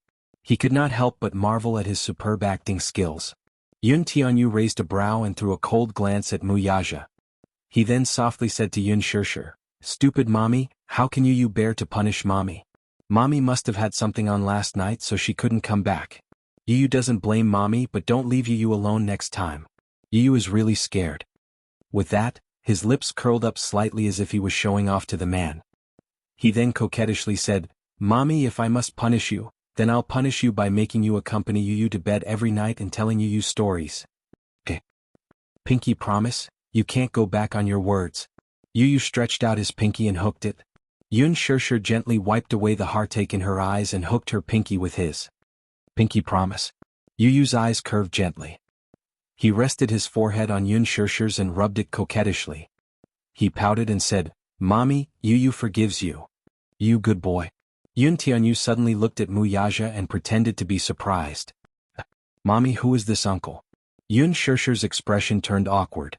He didn't know that Yu already knew his identity. Now that little munchkin mentioned it, he didn't know what to do. How should he introduce them? Could it be that this is your daddy? Yu would be terrified. For 6 years, he had never mentioned anything about his biological father in front of the child. Now that he was suddenly told that he had a father, it was naturally difficult for him to accept. When she thought of this, her expression became extremely ugly. She subconsciously looked behind her and glanced at the man beside the bed. The latter was looking at her as if he was also waiting for her to explain. She sucked in a deep breath of cold air and could not help pursing her lips in distress. She really didn't know how to introduce him. Usually her life was split between work and home, so she didn't have many friends. She had met a few of her friends, colleagues, and Yu. Although the child was young, he was very meticulous. While she was hesitating, Li Hanlin suddenly coughed lightly and secretly signaled Yu with his eyes. Mu Yaja turned to look at him. He immediately retracted his gaze and looked down. At the side, Yun Shishir suddenly reacted and explained with a smile, Yu, this is Mommy's university professor. His surname is Mu and he took good care of Mommy when we were in school. She rarely lied, so she felt a little guilty. After Yun Shishir introduced him, she secretly looked at the man's expression. Mu Yaja still had a gentle smile on his face. He didn't deny it, nor did he reveal any other emotions. However, when he looked at her from the corner of his eyes, there was a hidden meaning in them that she couldn't fathom. Li Hanlin snickered at the side. Chapter 266. Yun Chenyo's expression did not reveal any surprise, but his eyebrows twitched subtly. Li Hanlin snickered at the side. This mother-son pair was really something. The son lied to his mother that his personal assistant was the kindergarten principal, while the mother lied to her son that the child's biological father was a university professor. The father-son pair was really something. They knew each other's identity, and the only one who was kept in the dark was Yun Shishir. Yun Shishir would never have guessed that the little rascal would be unaware of Mu Yaja's identity. Did she really think that Yun Tianyu was a 6-year-old child? Li Hanlin's lips twitched at the thought of this. All right. Yun Tianyu was indeed a 6-year-old child. Yun Tianyu chuckled and greeted him gently. So, you're Mommy's university professor. You look really young though. About 27 or 28. There was a gentle smile on her face, but her eyes were fixed on the man, and there was a faint taste of gnashing teeth. Mu Yaja chuckled. The little lad's eyes were really sharp. He could tell his age at a glance. Thus, he stretched out his slender hand and held the little fellow's little hand. The man's hand was broad and warm, fair and smooth, and his fingers were long and slender. The little lad's hand, however, was slightly cold. Although it was chubby, it was slightly pale. Due to Yun Shishir's presence, Yun Tianyu could not shake off his hand. He could only put on a fake smile, feeling extremely awkward inside. Mu Yaja smiled and held his hand.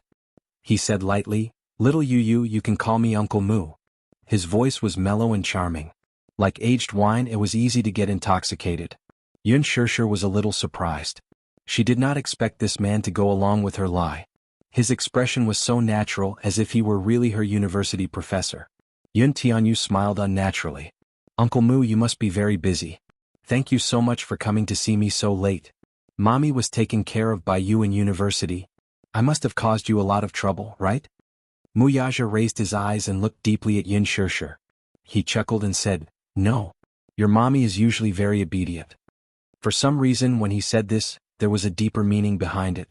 Yun Shishir turned her face away unnaturally, and the corners of her lips were a little stiff. Just as they were exchanging pleasantries, someone knocked on the door respectfully. Shortly after, a man in a suit led a few of Yun Tianyu's attending doctors in. Yun Shishir was a little surprised. She recognized this man. This man in a suit was the director of this hospital, Meng Qingyang. But why was he here? While he was in doubt, he saw Meng Qingyang walk to Mu Yaja's side with a respectful and warm smile.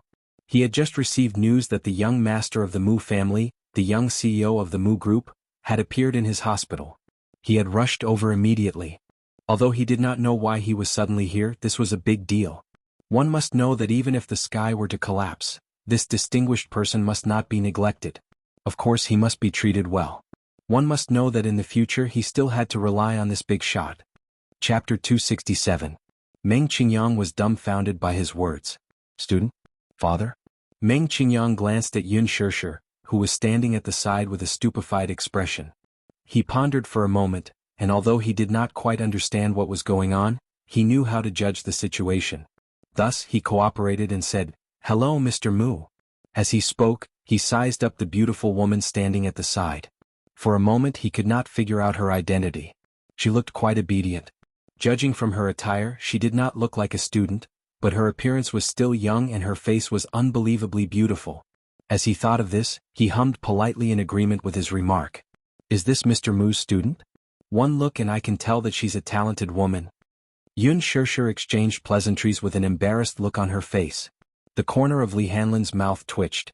Everyone in the room, be it old or young, male or female, was acting. Were they all good at acting? Mu Yaja surveyed the ward. Narrowing his eyes, he slowly said, "This ward seems a little shabby. It's not suitable for the patient to recuperate." As soon as his cold voice fell, Meng Qingyang broke out in a cold sweat. He smiled apologetically and nodded his head repeatedly.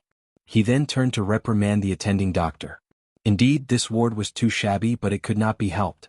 Li Hanlin originally wanted to arrange a VIP ward for Yun Tianyu, but the latter was worried that his mother would be suspicious, so he arranged for the most ordinary ward. Thus, Li Hanlin paid for the ordinary ward. Meng Qingyang broke out in a cold sweat, and so did the attending doctor beside him.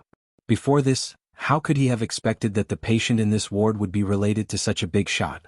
If he had known earlier, not to mention the ICU ward, even the only VIP ward in the inpatient department would be vacated for him. "Yes, I'll change this child's ward to the VIP ward right away." Yun Shirshir stared at them with her mouth agape. In her memory, this attending doctor was quite unreasonable and treated people coldly. In short, she did not have a good impression of him. However, when they saw the hospital director and several attending doctors beside him, who were usually serious in speech and manner, bowing in front of Mu Yaja, they could not help but secretly click their tongues. After exchanging some pleasantries, Meng Qingyang walked out of the ward. Meng Qingyang's eyebrows relaxed and his face relaxed. He secretly heaved a sigh of relief. After walking a little further, he turned around and asked Zhao Rui behind him, "Zhao Rui, let me ask you, who is the patient in that ward?" Background? Zhao Rui was confused. "Nothing special. He's just an ordinary patient. Take special care of him in the future. Vacate that intensive care unit and let him stay there. Send me the best specialist and nutritionist. There can't be the slightest bit of negligence." Then, he instructed meticulously, "If the patient has any requests, as long as they are not too demanding, try your best to satisfy them." What? Zhao Rui was puzzled. Meng Qingyang asked, "Do you know who the man sitting by the bed in the ward is?" Zhao Rui shook his head in confusion. Anyway, he has a big background. Not to mention you, even I have to look at his face for a living." Chapter 268. Just thinking about it scared him. Anyway, Meng Qingyang left with a peace of mind after giving him detailed instructions. Zhao Rui did not know the inside story, but as a doctor, his duty was to take care of people's problems. This was his job, so he would not neglect it. After sitting in the ward for a while, Yu suddenly looked up at Yin Shirshir and said coquettishly, "Mommy, Yu is hungry."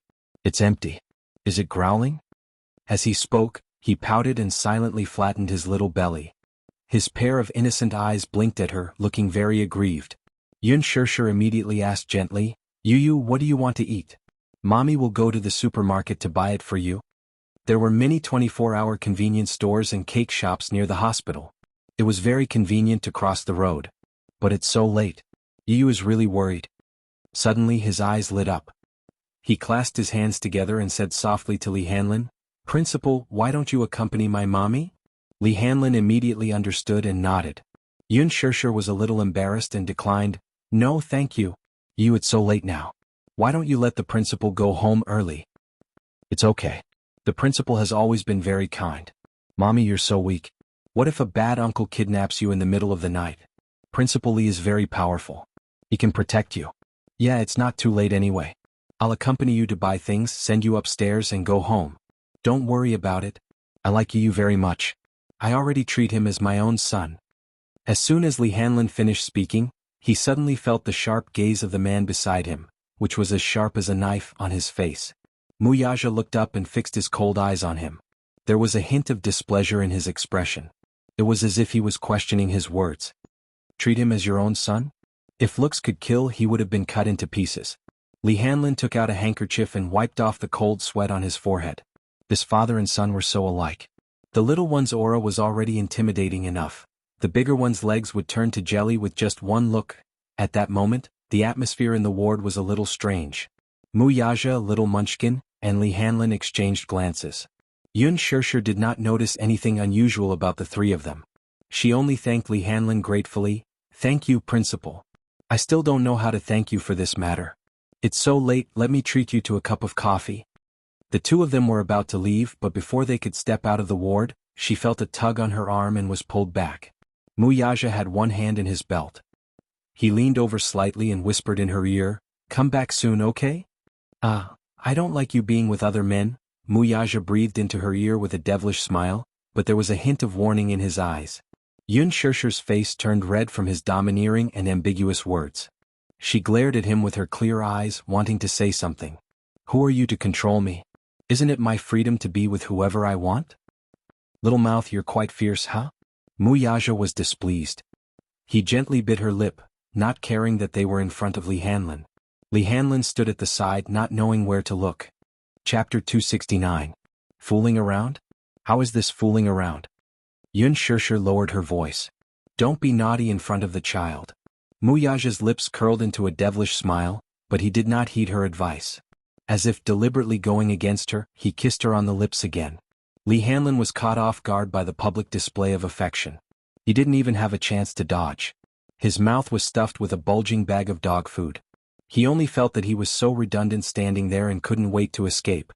Yun Tianyu, who was sitting on the bed, was stunned by the man's abrupt action. From his angle, he couldn't see what the man was doing.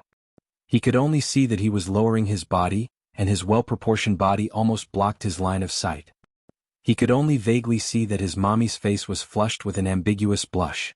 At that moment, something seemed to explode in his head. He angrily grabbed the pillow and punched it. Still, he could not help but ask with a fake smile, "Mommy? What are you and Uncle Mu doing?" Yun Shirshir awkwardly pushed Mu Yaja away at once. The man's face did not show any signs of unnaturalness. He raised a finger and slowly said, "Shh, I'm whispering to your mommy." The devilish smile on his face was obviously a blatant provocation to him. Yun Tianyo's lips curled into a smile, but the expression in his eyes had long been distorted beyond recognition. The corner of the blanket in his hand was also crumpled into a ball from his ravaging. Yun Shirshir, who was standing at the side, felt even more awkward.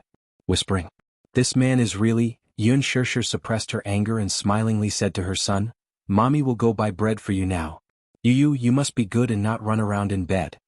With that, she warned Mu Yaja, "Professor Mu, please take care of my Yu. I'll be back soon." With that, Yun Shirshir and Li Hanlin left the room. Just as the door to the ward closed, the father and son faced each other in the room. Yun Tianyo's smiling face turned cold all of a sudden. The gentle and doting smile on the little lad's face when he looked at Yun Shirshir earlier had long since disappeared. Mu Yaja looked at his serious expression. For a moment, he seemed to see his younger self in him. She was always cold and emotionless. She was always in a defensive posture, completely sealing herself in her own world. She had never opened her heart to anyone. Yun Tianyu looked at him coldly. His eyes were filled with vigilance, scrutiny, and indifference. Mu Yaja couldn't help but smile. He couldn't help but walk forward and sit beside the bed. Facing him sideways, he slowly reached out his hand and gently stroked his cold cheek. Yun Tianyo's face froze as his body stiffened. Almost subconsciously, he raised his hand and slapped the man's hand away. "Don't touch me." His words were cold and emotionless. There was only indifference. Thinking of his provocative behavior in front of him, he was filled with displeasure. Mu Yaja raised a brow in surprise. This little bun seemed to be full of hostility toward him. When Yun Shirshir was around, he could still put on a smile to deal with him. When Yun Shirshir was not around, the little bun could not even be bothered to put on a pretense in front of him. He suddenly felt that this little bun had inherited some aspects from his mommy. Chapter 270. He raised his eyes and stared coldly at Mu Yaja. Expressionlessly, he flipped the blanket aside and got off the bed. He slowly walked to the window, leaned against the wall, and crossed his arms. "Why are you here? Shouldn't you be at home accompanying your fiancée at this time? You're always pestering my mommy, it's so annoying." The moment he opened his mouth, the first word was full of thorns. It pierced through him so coldly that it was painful. Mu Yaja was not at all surprised by his indifferent and cold tone. This child was too sensitive. He carefully hid his most vulnerable side. Mu Yaja saw him leaning against the wall as if the huge wall was his only support at this moment. Are you very pleased with yourself? Mu Yaja looked at him with a raised brow. The little lad pursed his lips tightly. At this moment he was like a little beast that had lost control and no sense of security. He hugged his arms tightly and suppressed all his anger and uneasiness. He repeated his words again. Are you very pleased with yourself for bullying my mommy in front of me? Mu Yaja? He called him by his name. Mu Yaja was not angry at all. He only curled his lips and slowly said, according to seniority, you should call me Daddy. Daddy? Yun Chenyo's good-looking brow arched. On what basis? Mu Yaja said, on the basis that my blood flows in your veins. Is this answer enough? The father and son, one big and one small, formed two extremes that were like fire and water. Yun Chenyo's eyes turned cold. Is it enough? Not enough. He suddenly raised his arrogant chin and stared straight at the man's handsome face.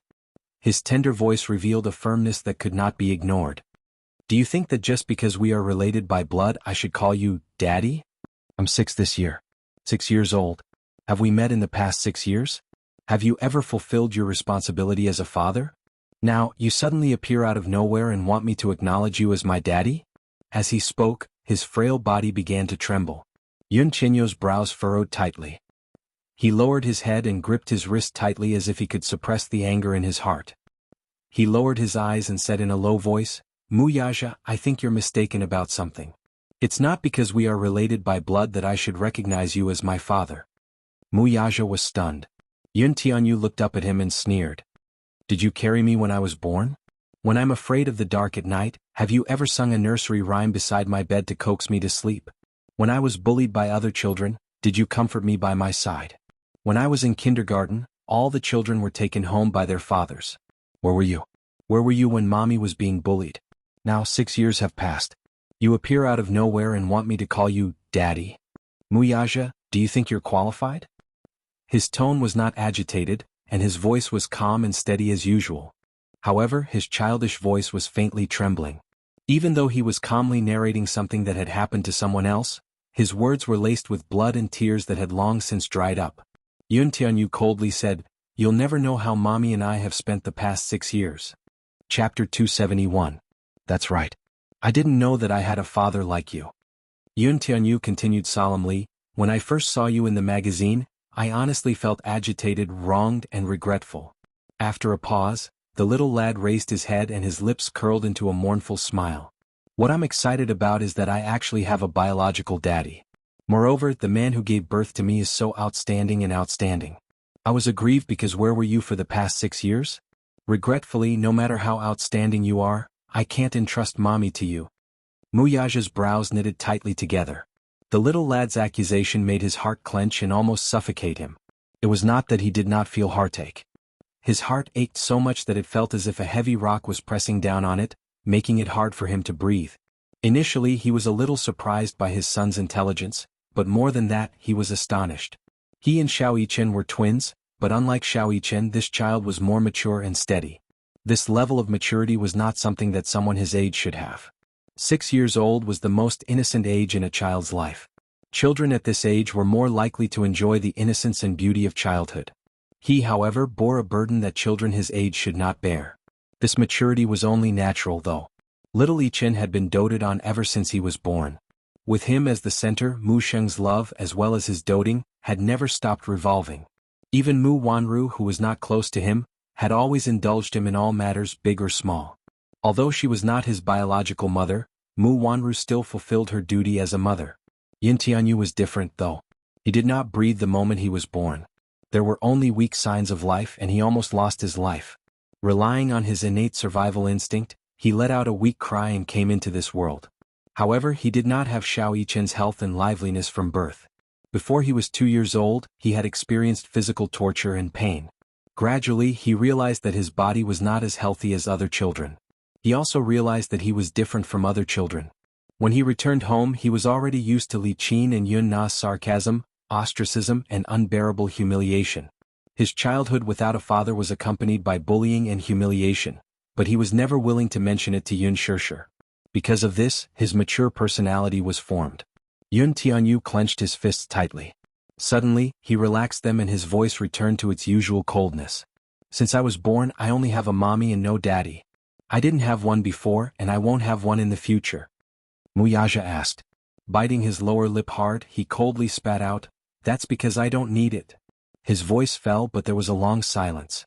Until he spoke again. "I like you very much." Yun Tianyu, his body stiffened, his shoulders trembled. He asked gently, "Don't you like me?" She carefully probed him, trying to find out his true intentions. Yun suddenly, "Yun is I like you a lot?" These 5 words seemed to have some irresistible magic. In an instant, his uneasy heart calmed down, and his face flushed with shyness. Chapter 272. I don't need you to like me. It's enough that mommy likes me. This child was actually a little arrogant. I've told you before that you're not allowed to provoke my mommy. Wuxia, do you think I can't do anything to you? Wuxia did not make a sound. Looking at his reddened face, which was full of awkwardness and hostility, he curled his lips. The ward was silent for a moment. After a long silence, Wuxia stood up abruptly. His tall figure instantly made the entire ward seem small and narrow. The man's aura was so strong that Yu had no choice but to puff out his chest. Alas, it was to no avail that his aura was completely suppressed in front of the man. The father and son stood facing each other. The height difference was so big that Yu could only raise his head to look at him. His neck was a little sore. He was so tall. Just like what he had imagined, his father was really tall and upright. His stalwart body seemed to be able to withstand all kinds of wind and waves. It was indestructible. When he first met him at the gala, he could not help feeling envious of his outstanding height. How nice would it be if he could grow up to be as tall as him? However, now that this man was standing before him, he realized that he was more handsome than he had imagined. It was not that he did not feel envious. Yun Tianyu muttered inwardly, "He is so tall, can't he squat down?" He raised his head to look at him. His height alone was enough to suppress him. As if telepathy between father and son, Wuxia seemed to have guessed his thoughts. He walked forward and half-squatted in front of him. Yun Tianyu was startled. This man was friendlier than he had imagined. Yun Tianyu. Wuxia calmly gazed at his face. His large palm gently caressed his cheek. This time, for the first time, Yun Tianyu did not resist his touch. Or perhaps, when he gently called his name, the man's deep and mellow voice was tinged with tenderness. It was exceptionally pleasant to the ears. He sized up the man. The man was also sizing up the stubborn little munchkin in front of him. However, the boy did not notice that the man's fingertips were trembling slightly as they caressed his cheek. Little Munchkin's handsome and adorable face, his skin was soft and supple, and his pair of dark and watery eyes seemed to be hiding the beautiful moonlight. 6 years ago, he had thought that the child had unfortunately died. However, when the child stood in front of him in perfect condition, the man who had always been calm and steady lost control. "Do you know who I am?" "I know." Yun Tianyu too calmly looked into Wuxia's eyes and slowly said, "Dishing Financial Group CEO Wuxia. You're so smart." Wuxia gently pinched his son's cheeks, his eyes full of undisguised affection. "That's nonsense." Yun Tianyu retorted bluntly. Wuxia said, "You're a little different from what I imagined." "What's the difference?" Yi was a little curious. The man frowned slightly and casually said, "You're a little devil and a mommy's boy." Yun Tianyu raised a brow unhappily. "I'm a mommy's boy. What's wrong with that? Is there anything wrong with being a mommy's boy? If a son doesn't dote on his mommy, who will? Can you count on other men?" He seemed to be hinting at something by other men.